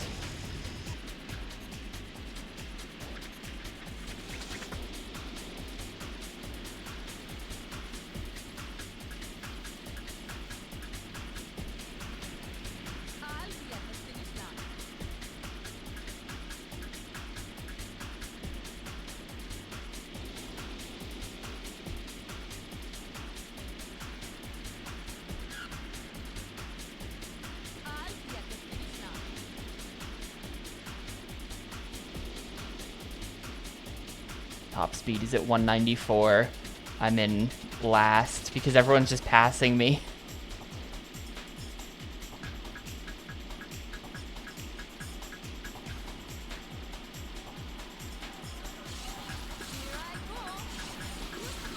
It's really easy to pass a ton of people on the orb turns, I've noticed. I don't know why the computer is so bad at those. I'm still in 5th.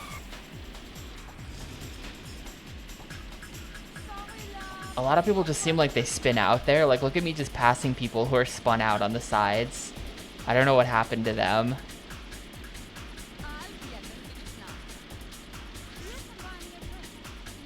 Alright, I did not get a speed boost. That sucks. No. I'm still gonna lose here because people are just gonna pass me because 194. And if we try to item them... Oh, he actually didn't block it. Let's go. I still think we're toast, but let's go. Yeah, glitchy collision, 4th. Nothing I can do about it. He's just gone. My top speed went up, though. My top speed has gone up by 4 miles an hour. But oh, we lose. That was a 410. So for whatever reason, that was 11 seconds worse than the last finished attempt. But despite that, it was 2 places better. You see what I mean? See what I mean about this game? I feel that that was a very clean race. I think that actually went really clean, but because of top speed jank, it was 11 seconds worse. And yet, I did still place better anyway, because everyone is just racing relative to how fast I'm racing. I think maybe I need to deploy, like, stay in last until the end on purpose tech. I think it might be time to explore that kind of strategy. Like, what if we just do this? I'm gonna take my time, I'm gonna get the items that I want. Here we go. And we're just gonna chill in 8th until the straightaway at the end. That's the plan. I had to do this for City Racer. I'll do it for this game too. That's what it takes to beat the rubber banding. I feel like it's not even, like, why is my top, hang on. Why did my top speed go down? I don't even think I've touched a wall. It's 191. This is terrible. Why is my top speed so bad?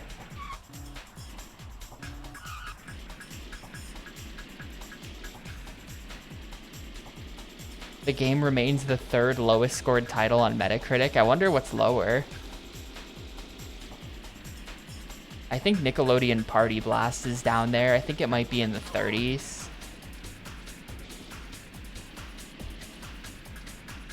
Maybe Aquaman Battle for Atlantis.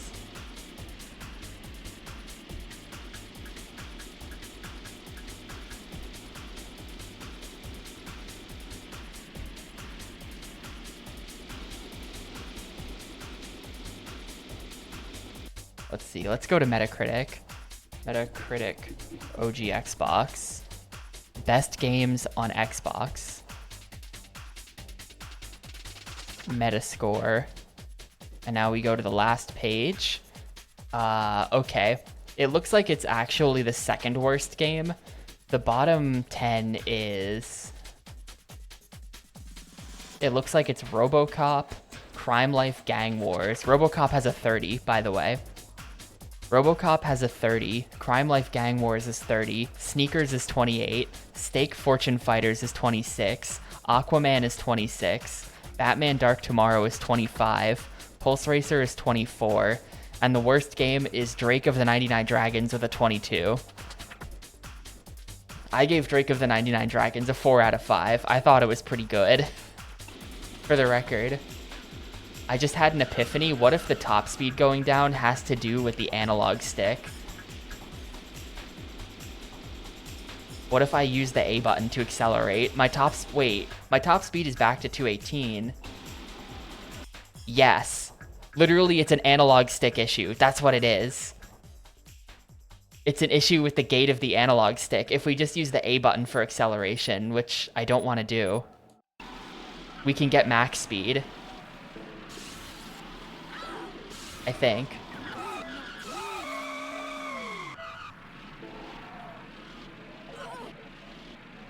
If we just hold down the A button as hard as possible. Yes. The max speed stays consistent at 218. That's literally what it's been this whole game. It's not a mechanic, it's just something about either my controller or the way the game handles analog inputs.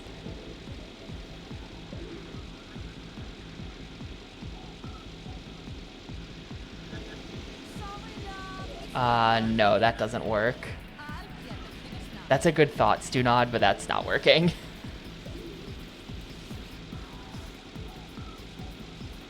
Oh, fuck yeah, dude. Okay, well.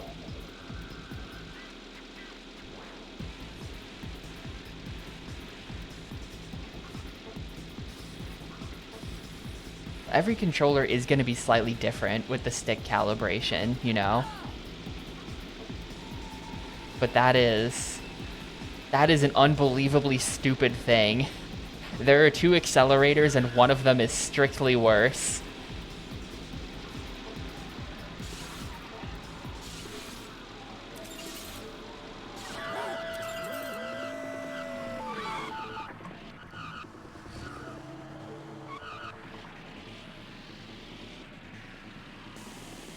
Well, this sucks. Having to hold down the A button at max pressure actually, like, legit hurts your thumb after a couple of seconds, and I'm gonna be doing this. I'm just gonna have a giant dent in my thumb at the end of this stream. It's gonna be one of those games.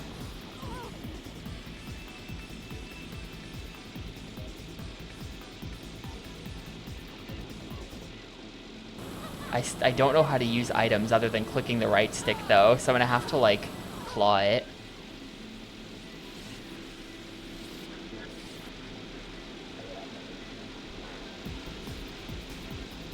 This is crazy, dude. I'm actually keeping up with people now.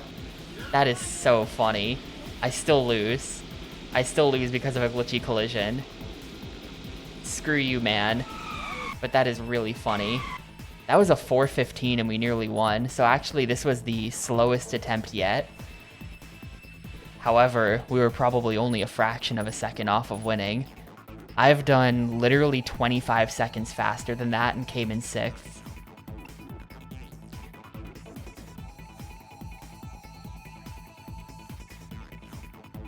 Yeah, clicking the right stick is how you use items. Like R3, you know? Maybe the Y button does it or something. I wasn't paying attention on that load screen. There has to be some item use. There has to be some way to use items that isn't that, right? You figure. Because that's ridiculous.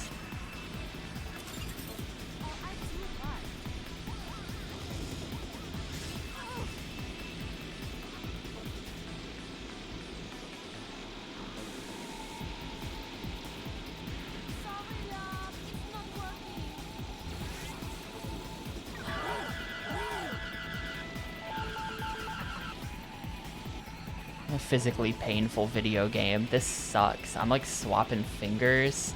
I'm trying to come up with something that I can do to make this bearable.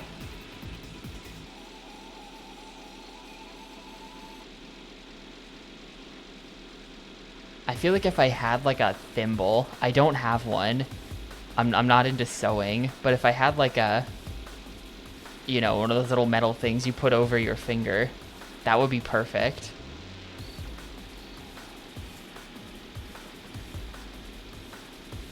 What if I could use like a spoon? Just like ad hoc. Go grab a spoon from the kitchen and try that.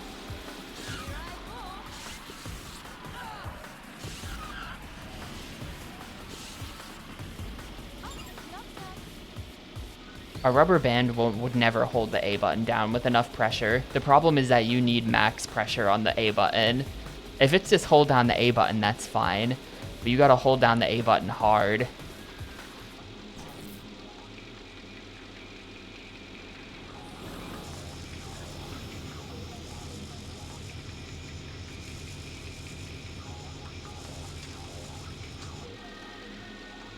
Also, I don't have any rubber bands. Whenever I have rubber bands, it's because I've picked one up off the ground outside to use it for something specific. Like a while back, a couple of years ago, when I was playing a bunch of Guitar Hero again for some reason, I had to get a rubber band for Through the Fire and the Flames. And mail workers just leave rubber bands on the ground by mailboxes. So yes, rubber bands do actually just spawn outside, and it's very easy to just go outside on the sidewalk and find a rubber band real quick.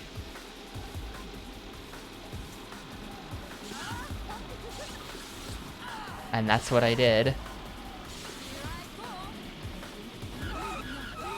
It does pixel, you're right. A number of people have mentioned that. This feels like a fake video game from the background of a TV show, or a game that would be included free in a cereal box has also come up. Funnily enough, we actually did play a cereal box game on stream a while back. Starsky and Hutch on GameCube. The PC version of that was in cereal boxes. But that game was way better than this. That was kind of a quality game for cereal boxing, but they did it.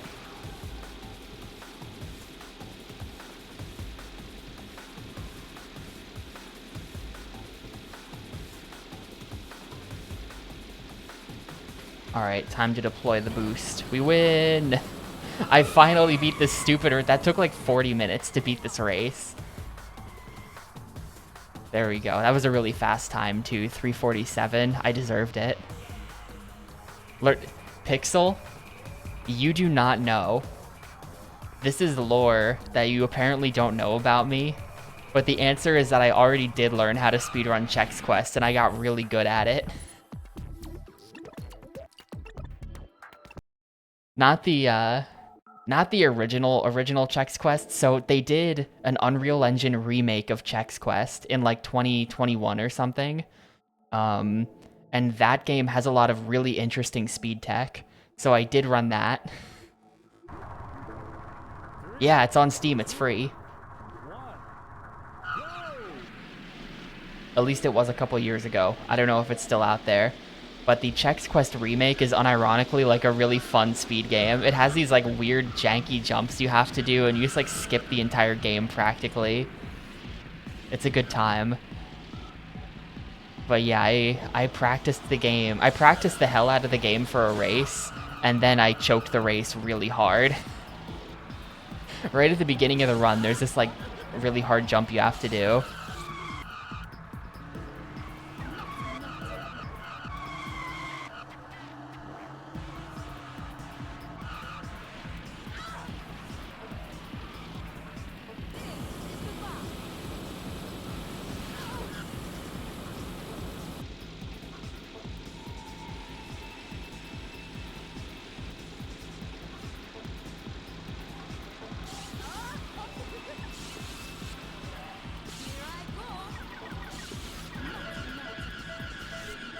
But yeah, the situation is that I have in fact speedrun Chex Quest before.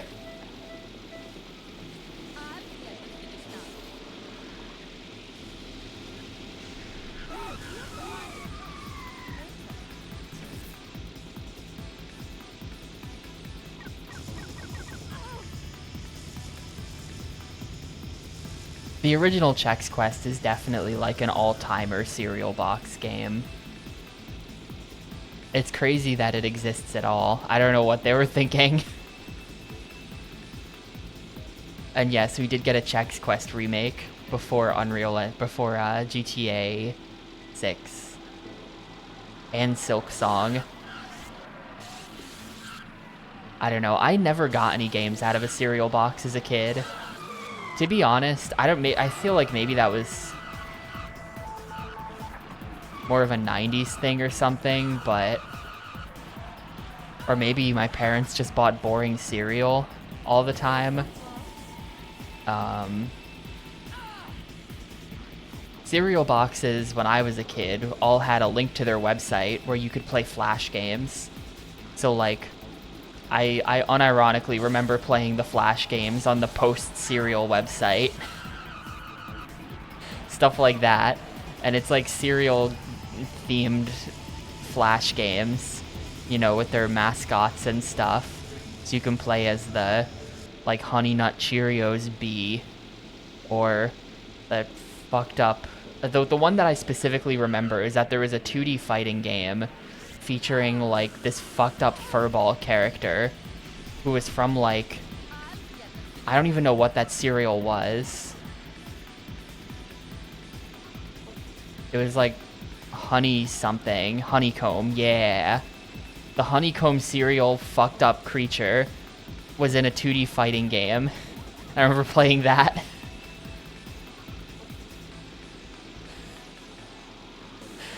That's a very, I don't know. Only 2000s kids will remember.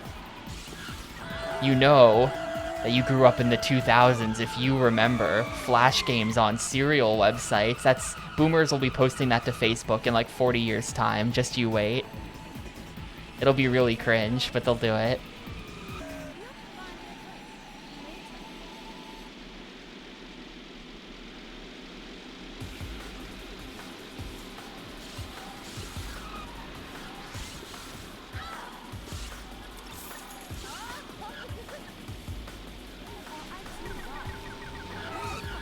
Try to time it perfectly backwards, too. Brutal.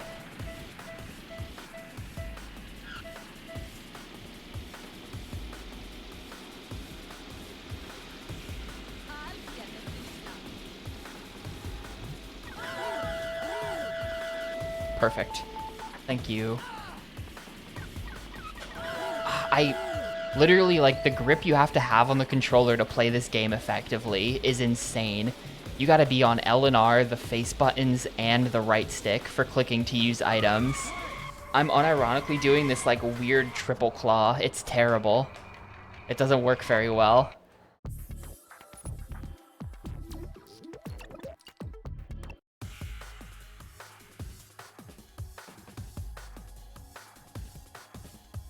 Oh, Lifesavers branded mini golf. I remember that one from, yeah, I remember that one. That was a classic.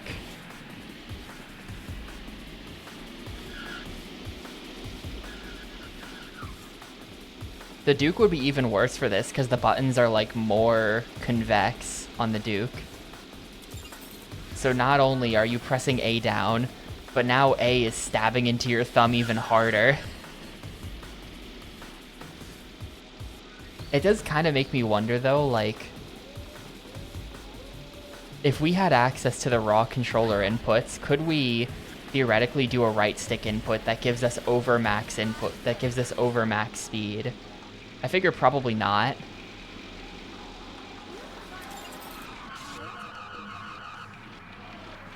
But the way that works is interesting to me. Oh my, dude, you have to move. That guy was just parked sideways on a turn. Lifesavers branded mini golf is something you've never ever forgotten, dude. Flash games are so nostalgic for me. It was a time when every website on the internet just inexplicably had games on it. Even websites that have nothing to do, like even serial websites. Let me go, okay?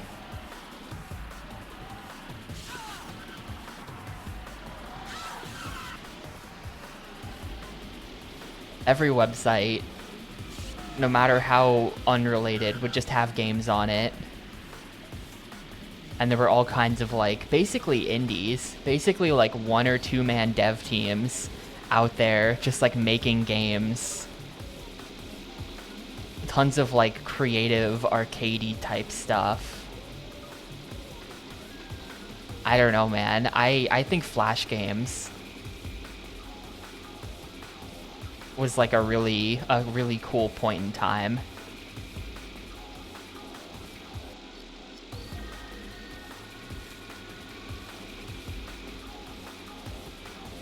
Might just be nostalgia speaking, but I feel like there is genuinely something there.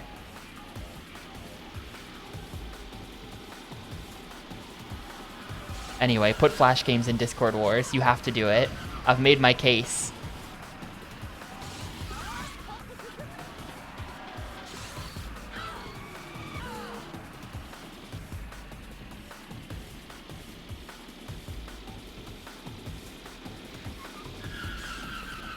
Dude, it's the blue guy again, you asshole. Literally, he's just like, but now we will both lose. Lol, said the blue car. Lamau. Come on.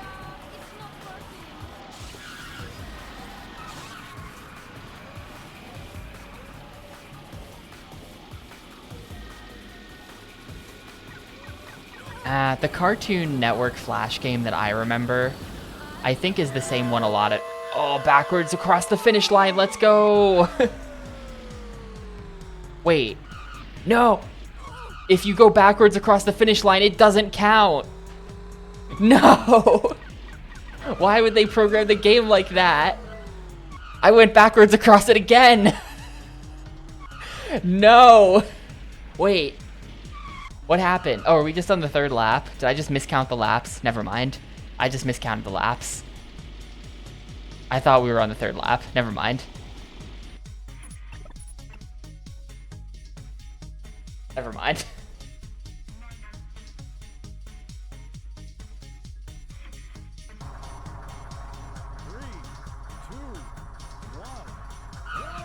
Choked harder than the Knicks? Well, I'm not from New York, but same general region.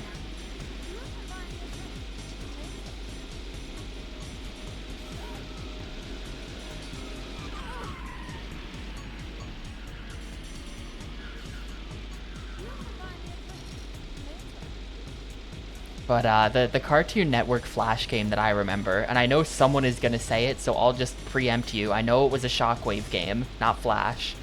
But The cartoon summer game.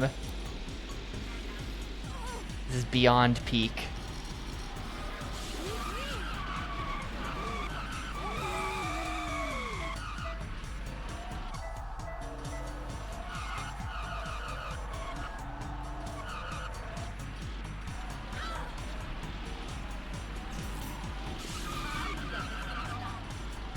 It was like a little adventure game where you had to like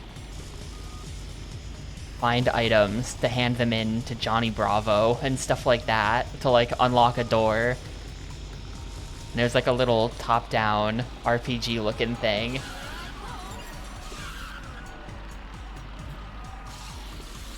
The only other one I remember from Cartoon Network's website was there was a codename Kids Next Door shmup.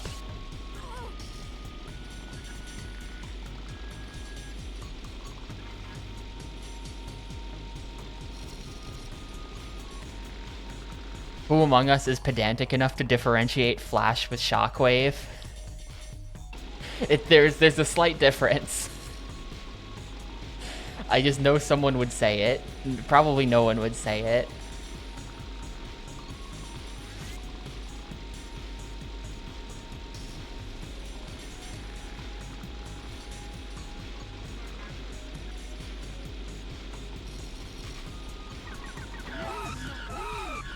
Shield quite in time.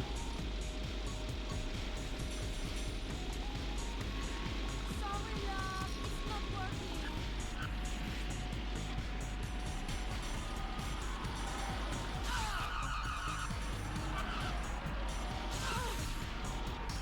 I don't think Nick.com had Flash games. There were like, I know there were downloadable games on there, because I remember downloading one or two of them, but did they have Flash games? I don't remember any of them. I mean, surely they did, but I don't remember any of them.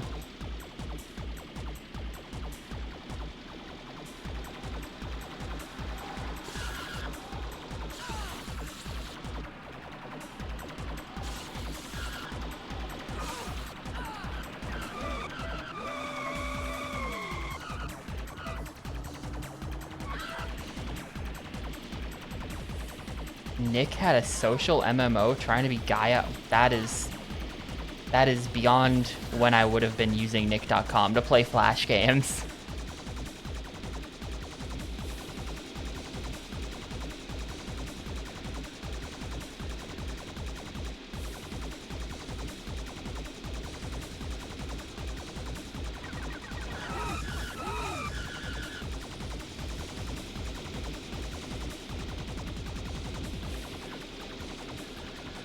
Sorry, love. It's not working.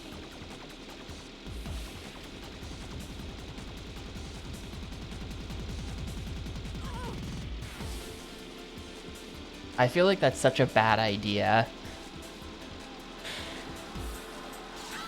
Considering why these things don't exist anymore.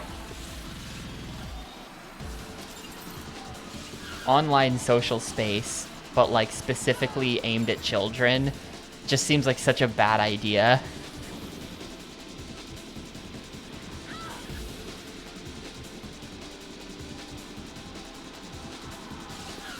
I don't know. I don't want to be in charge of moderating it. That's all.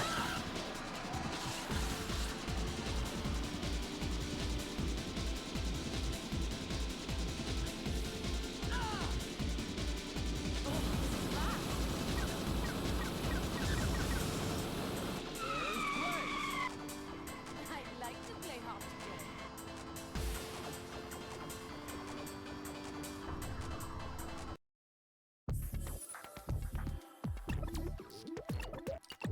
All right, qualified for the next league. We've done 10 races now, I guess. Yep, I sure do have a giant dent on my thumb. Imagine how many ads you could be serving those kids. Yeah, I guess on the one hand, you have to constantly be on the lookout for like child predators, or honestly just kids are horrible to each other. That's something I've learned from Mafia.gg. The kids themselves are horrible, just in their own right. Sorry, love. But on the other, who, like, if we think about demographics that are unlikely to have ad blockers installed, the answers are kids who don't know enough about computers and old people who don't know enough about computers.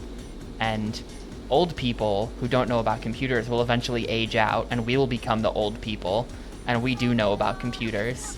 But there will always be more kids who don't know that ad block exists yet. So there is potential money to make there, but I don't know. Who's going in with me and making Kid MMO? We'll make Club Penguin too. We'll basically just make that, but with like some kind of other animal. They must have printed like $1 billion with Club Penguin, right? And that can't be too hard to replicate.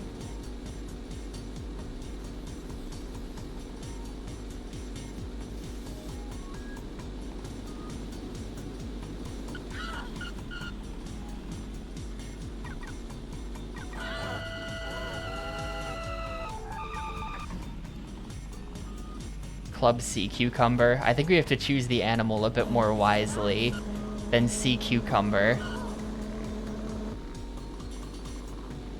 Club Whale. Oh, that's cynical.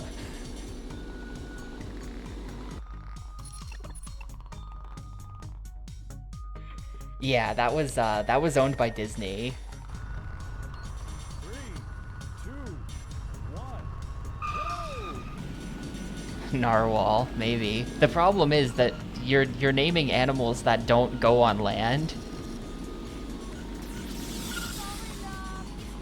I don't know. Everyone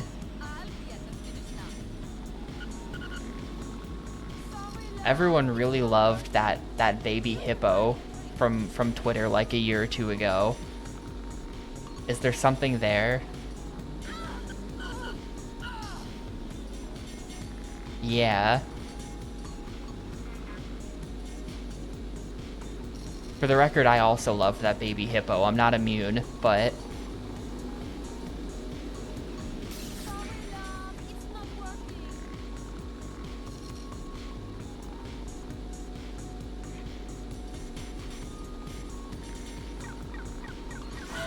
Oh, we're about to get blasted, dude. Okay.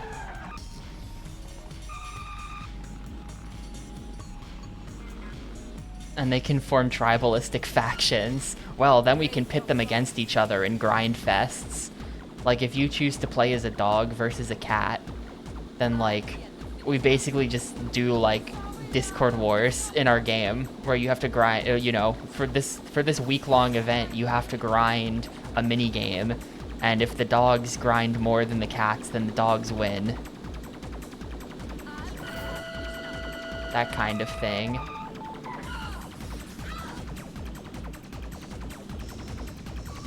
I think we just lose here.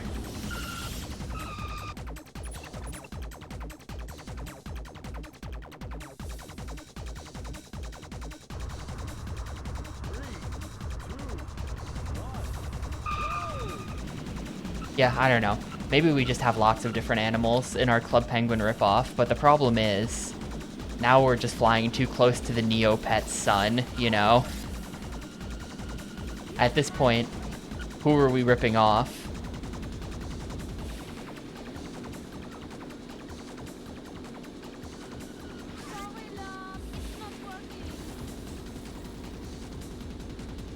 Neopets plus Chow Garden?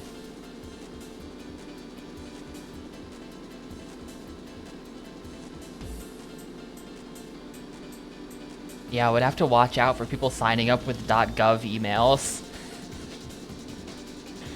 at house.gov.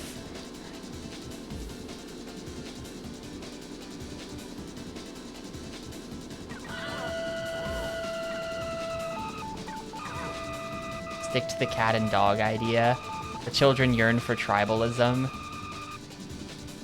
I definitely like, just me personally, I was into, I had a, where the idea comes from. When I was a kid, I had a, Adventure Quest phase. if anyone remembers that game. And in Adventure Quest,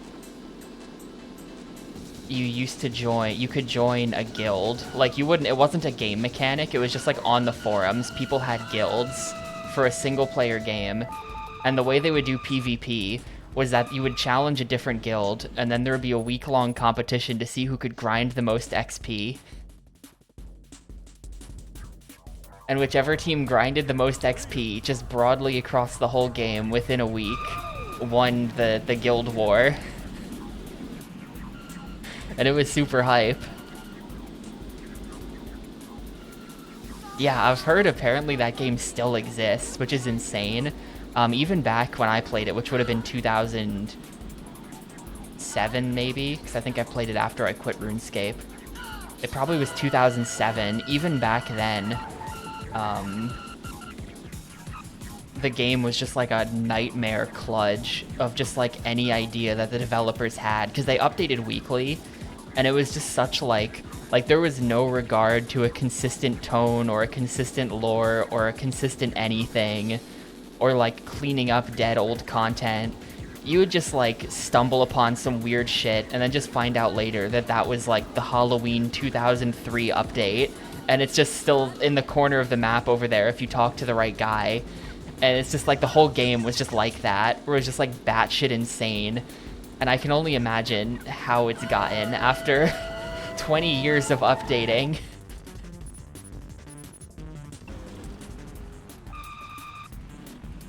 Yeah, like the art style would change because like they wouldn't go back and update old art. So like as the artists working there got less amateur, like the art would just get better, but then you'd just stumble upon old content that looked like shit, and it was just still like that.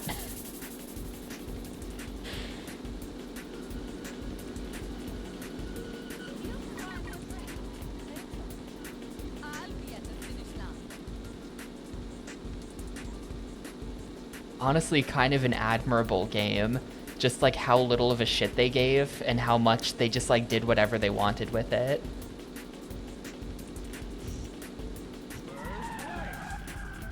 Victory is so exhilarating. I played Dragon Fable 2. I even remember a little bit of Mech Quest and a little bit of the MMO they made. Those people made an MMO. They made Adventure Quest Worlds, and I played like the beta of it, but I think I quit around the time it came out of beta, and that was the end of my time with those people. 3, 2, 1, go! MechQuest was super unfinished, I remember when I was playing it. They released it with like a weird like limited version where you like couldn't get out of the tutorial, and it was like that for a while. Like you could play it, but only the tutorial. It is weird. I was never a member for any of these games, so that's just how it be.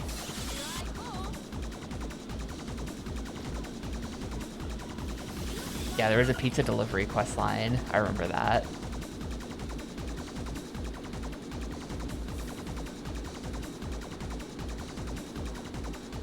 But yeah, Flash game nostalgia.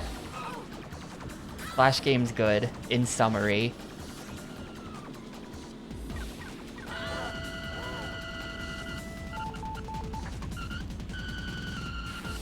I had a Neopets account with my sister, briefly. She was into Neopets. And, when I say she was into Neopets, I mean she liked the pets, but made me grind the Flash games. So she would be like, my Neopet has fucking cancer, and it costs $10,000 to cure Neopet cancer. You're gonna have to grind Flash games for me to get the money to cure my pet of cancer. And, you know, older sister, for some reason, she just got to boss me around, so I had to do that. So I had to grind the Neopets Flash games.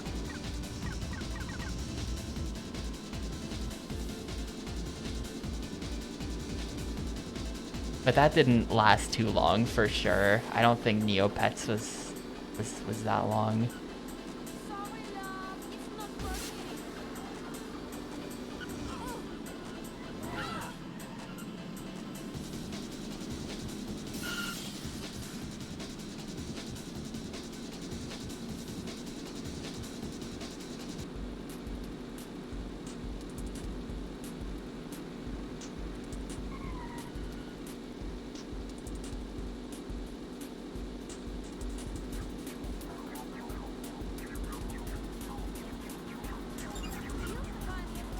Honestly, it's better to do these orb turns without orbing.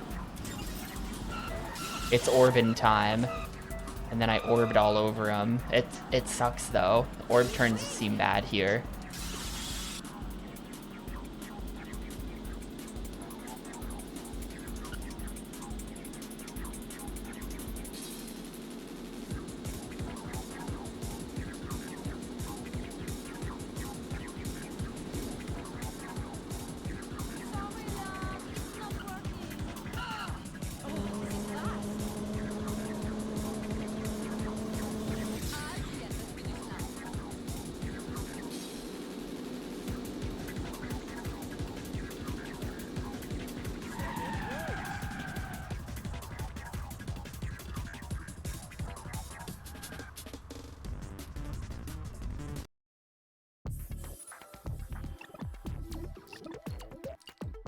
What are we on? Silver platinum.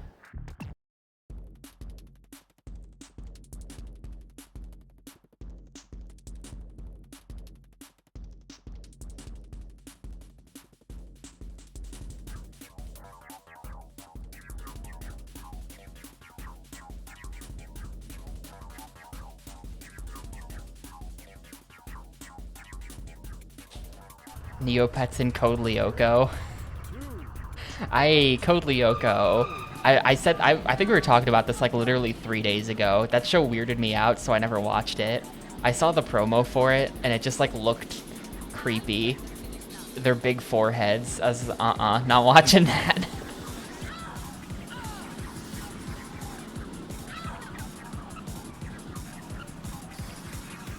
I don't know, what year?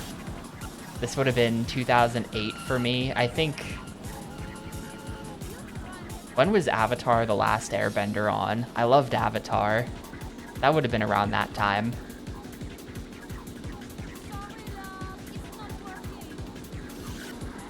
None of my friends watched that, so I had no one to talk about it with. Finding out the rest of the internet also watched and liked that show was vindicating for me.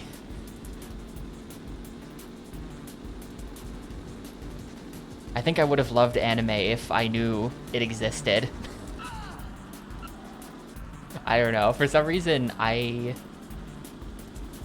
Kid Me knew nothing of anime, but was happy to get really into fake anime like Avatar. 2005 to 2008.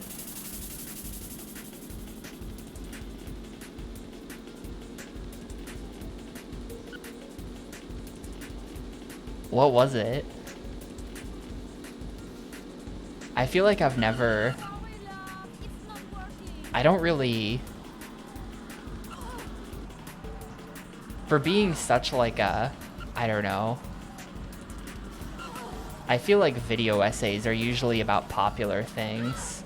So then if it's about something that's bad, then it's just something everyone thinks is bad. I don't think I've ever seen like a video essayist that agrees with my random unpopular opinion about something. That doesn't happen.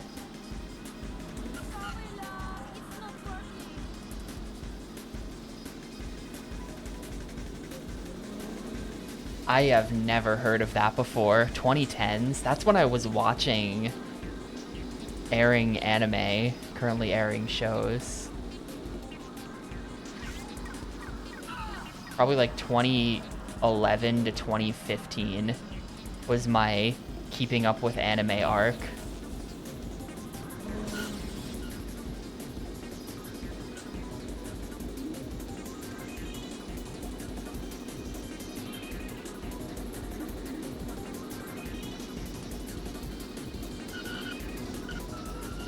I've never heard of that one.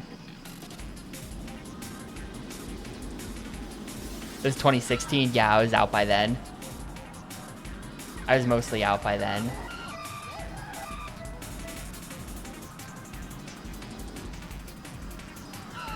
Also, it was not aired in America. Well, by currently airing, I mean in Japan.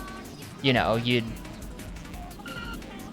there were websites where people would upload and then you'd get the fan subs and stuff. Except I think by the time I was watching, it wasn't even fan subs anymore. It was horrible subs, which was like, I think just rips from, I think it was just like rips from whatever streaming site, like Crunchyroll.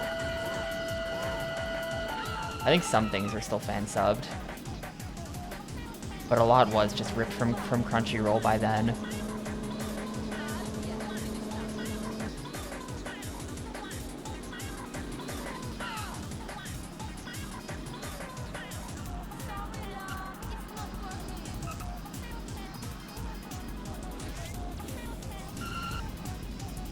I don't know if we win this one. This is kind of messed up. This is kind of messed up. I think we lose. 7th going into the last turn. Yeah, no. Nah, see, I have always been an anime patrician, so I would download the torrents. I would make sure to get a high quality video of it to watch on my video player with all kinds of extra shit installed to make the anime look right. I was not like a sketchy streaming site person.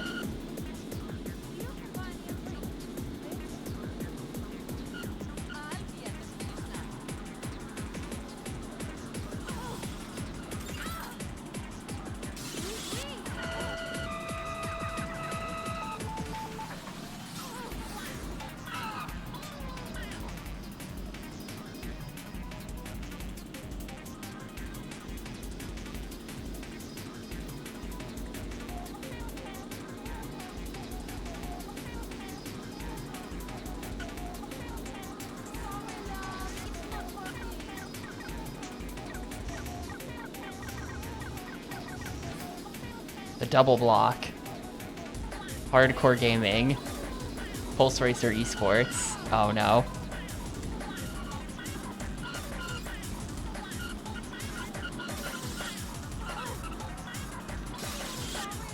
Okay.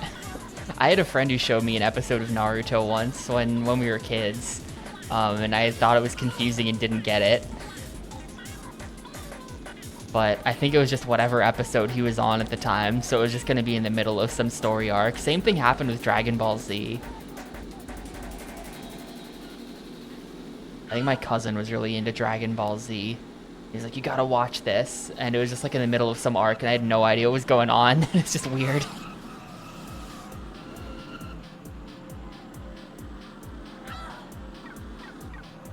Oh, what's up, Shasta? There's a reason why it looks bad. It's because it is bad.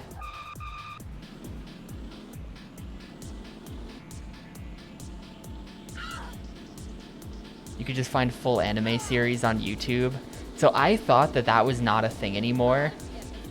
I was like, YouTube copyright systems are good nowadays.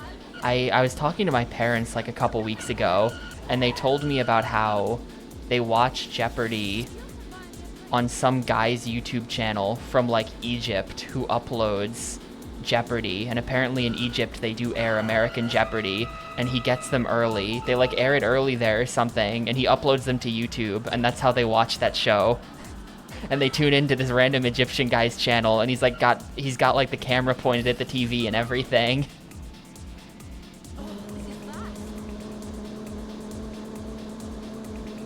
So apparently people are still out there uploading TV shows directly to YouTube and going unpunished. I really thought that was the last lap. Why do I keep miscounting laps?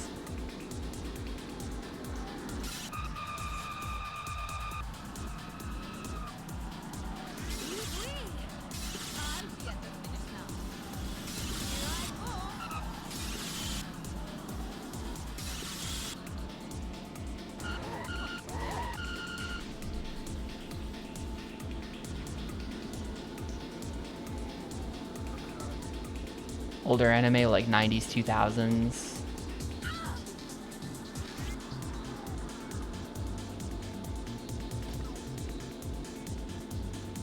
I think back then, like anyone in Japan who would have known what was going on just like didn't know or care that much about YouTube.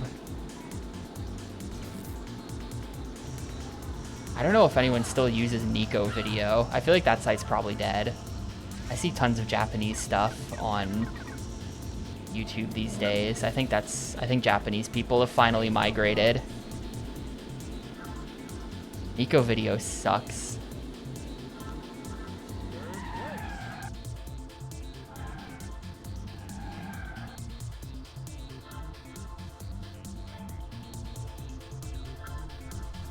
Wait, are they making another Street Fighter movie? Yeah, that'll always be iconic for sure. The text flying over the... It's like not even like... It's a terrible idea. Like, what if the comments flew across the screen, blocking your ability to see what's happening in the video? But on the other hand, it's so, such like a personal, such a flavor, you know?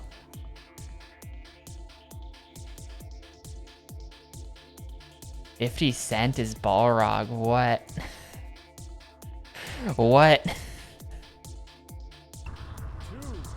1, go!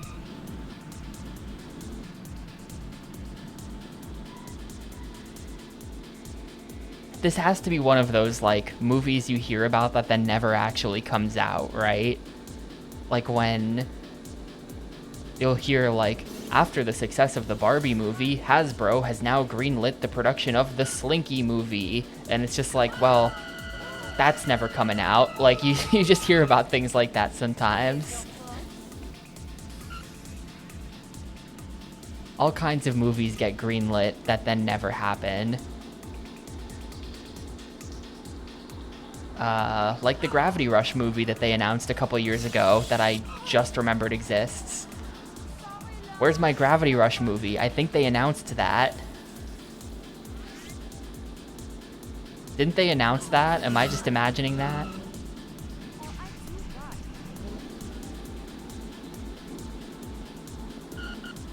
Cool, just got forced onto the... Actually, this track might be better.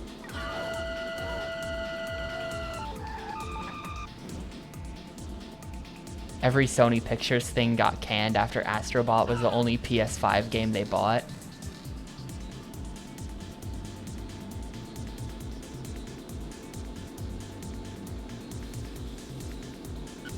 Man, I don't know what the hell the deal with Sony is these days, as far as like, they really did just greenlight the production of like 15 live action or 15 live service games, and pretty much every single one of them is flopped or is clearly about to flop.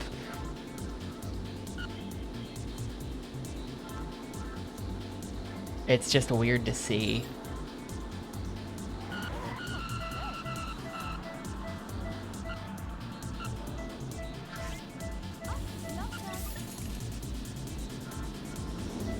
And like, I have no interest in a live service game ever, so good. Let them all flop. But also, like, holy shit. I really wonder what's gonna happen with the Bungie one, Marathon, when Marathon finally comes out. But like, they just straight up indefinitely delayed Marathon like a week or two ago, where it was just like, fellas, we're going back to the drawing board on this one. We have no idea when this is gonna come out. It's been in development for like 6 years or something. Sony paid like $2 billion. Just holy shit, dude. Like literally, I think is Herman Hulst still in charge over there? Herman Hulst is the guy's name, right? Fire Herman, hire me, and here's what I would do. I go to Bungie and I say, fellas, you have 9 months to deliver a single player campaign. I know that that is crunch, but you have 9 months. Take the assets you already made and just cobble together a single player out of it. The multiplayer will still be there. You know, ship whatever multiplayer you already have, but cobble a single player campaign together out of it. As for all of the stolen art that they have to find and replace, just go hire the artist that they stole it from, and then it's not theft anymore. Simple.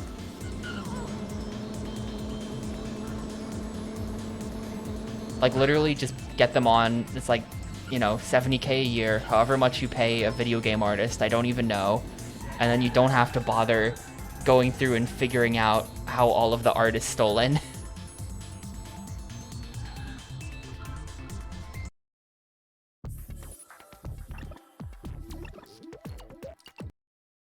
So there's a chance that this is the last race.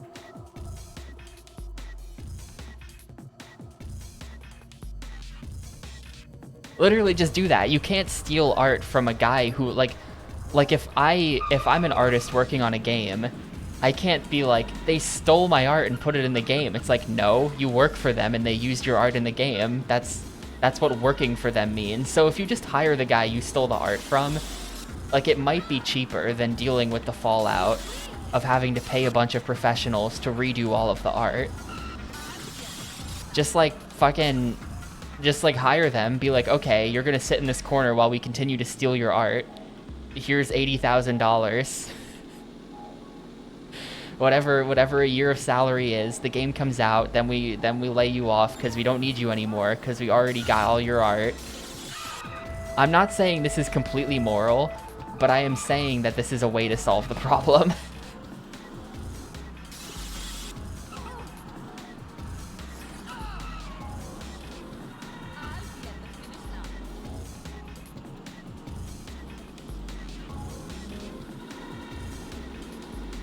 But I think that even like a somewhat very rushed, cobbled together single player put together out of the assets of what was supposed to be a multiplayer game for Marathon would be preferable to releasing an unfocused multiplayer that they're charging full price for. I think you would get people to buy it just based on, Bungie, single player campaign, I liked Halo, I'll buy it. You know, I think that would get you money. I'm just saying. And then once everyone buys it because of the single player, then you have the multiplayer that you didn't finish because you were working on the single player instead. And then you flesh out the multiplayer for the game that people already bought for something else. So then people actually play the multiplayer, and then that lives. I'm just saying. I could be wrong here. But they should probably put me in charge of the entire PlayStation brand strategy. Bruh, what is happening? I'm holding left. What is happening here? This game's collisions are so fucked.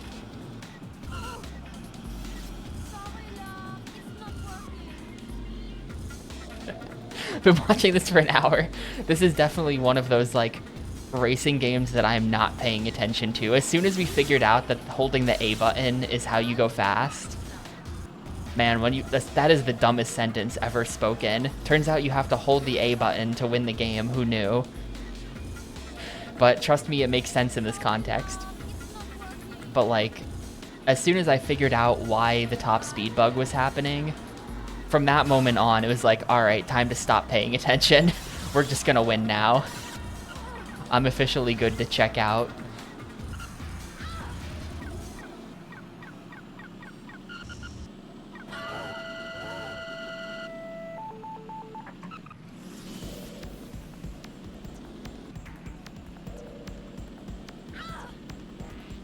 The top speed is not uncapped. It is capped. The thing that was happening earlier, so there are two different accelerators. You can either hold down the A button to accelerate, and in that case, it's a pressure sensitive thing where the harder you hold down the A button, the faster you get. So max A button hold down is giving me about 270 speed. And I didn't want to do that at first because I have a dent on my thumb that's going to take 3 days to go away now because of this game. So I didn't want to do that. So I was going to use the other accelerator, which is to hold forward on the analog stick. But it turns out that if you hold forward on the analog stick, your top speed just kind of varies. Like whenever you hold forward on the analog stick to the max extent, it just kind of gives you some sort of speed. And it could give you your actual max speed, or it could just give you something like 30 miles an hour slower for no reason. It's either like controller calibration stuff or like something bugged out about the code of the game. But yeah. You usually get a worse top speed by using the right stick for acceleration. So it took me like an hour to figure out that that's what the problem was, but once I figured it out and swapped back to the A button, I've kind of just been winning the races without even paying any attention to the game. I'm currently winning right now. Why? Couldn't tell ya. I think I've been doing a pretty bad job.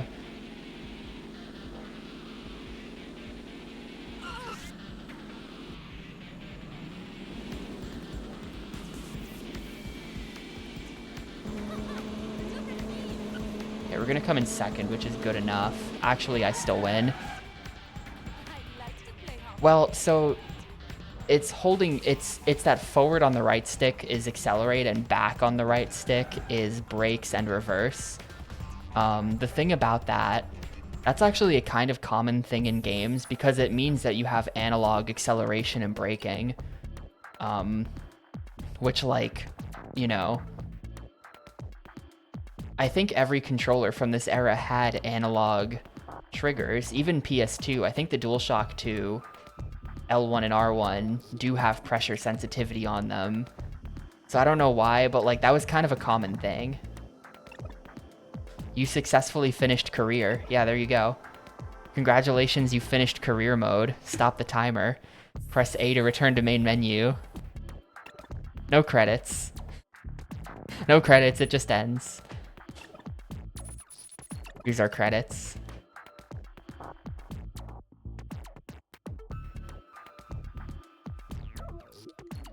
Thanks, Dick Winnuck.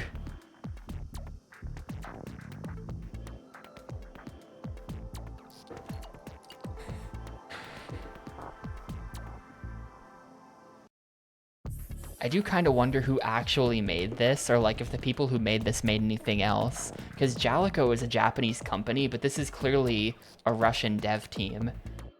Let's look this up on Moby Games, Pulse Racer, 2002. Credits. Okay, here we go. Ketsujin Russian Studio. They made Pulse Racer, and they made a game called Fighter Ace 3.5. Which is only on PC and just looks like junk. When Ketsujin was founded 2 years later in 2003, Vange largely reacquired the Russian division of VR1 from Jaleco. Huh. There's like a huge write-up about this company on Moby Games for some reason, for being an obscure Russian dev who only made 2 games apparently. Let's see, VR1.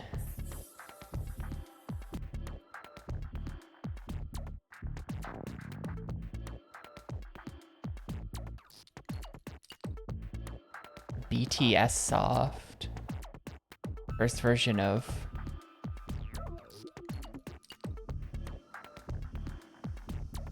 Gemsoft.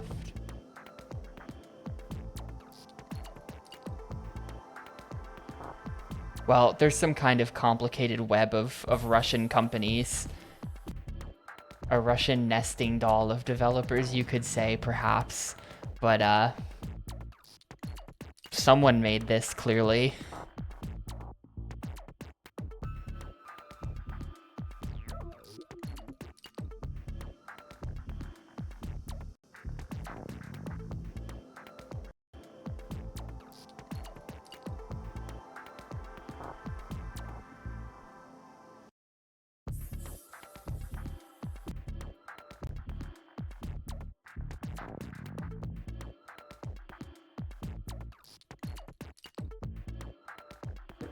All right, there you go. Well, those are the credits. Let's go ahead and get this wrapped up then. Where are we?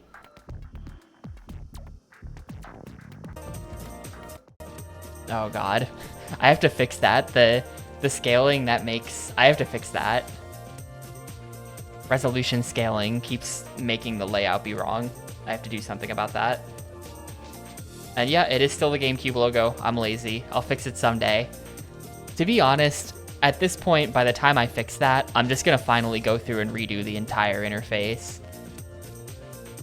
The whole stream layout dates back to GameCube thing number 200. So it's been like over 300 games since I bothered updating anything. And I just feel like I personally need a refresh. Anytime I try to like design a refresh, I just end up landing on the exact same design though, so it's hard. I have to come up with something.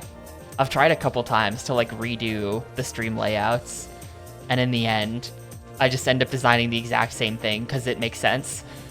It's too practical. Dreamfall was interesting. But anyway, that was game number 81, Pulse Racer. Beaten in 2 hours and 28 minutes. There was no sewers. How was that? Cereal box tier gaming. That was a cereal box tier game. Has weird top speed issues if you use the right stick for acceleration, which sucks because the alternative is the A button, which hurts physically.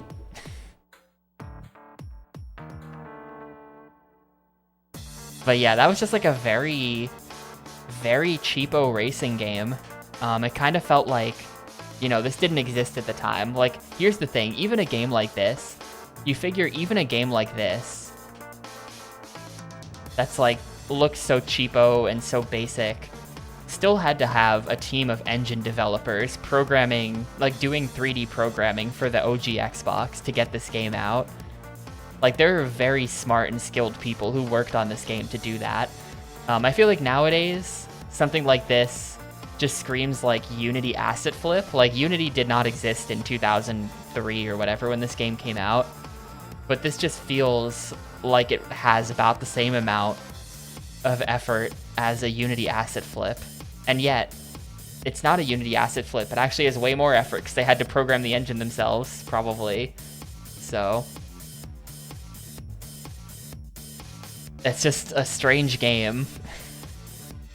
But yeah, that acceleration bug cost me like straight up an hour in this playthrough. Maybe not quite an hour. It probably cost me like maybe close to an hour. I don't know. But yeah, not a good game. There's 15 tracks that all look exactly the same. There's some kind of track procedural generation going on. I think that for that like campaign mode, it was static tracks, but there is some kind of track prop gen option. So that's slightly interesting, but the end result of that was kind of just that the tracks were pieced together out of the same generic parts. So it just wasn't that interesting. But I don't know, there's kind of only so bad a racing game can be. No, who am I kidding? I'm gonna give this a 1. I was trying to justify a 2 for a second, but I can't. This game is just junk. I don't recommend it. I am not offended by its badness, but the whole acceleration thing really bothered me, and it's just junk. Like, don't bother. Game is just junk.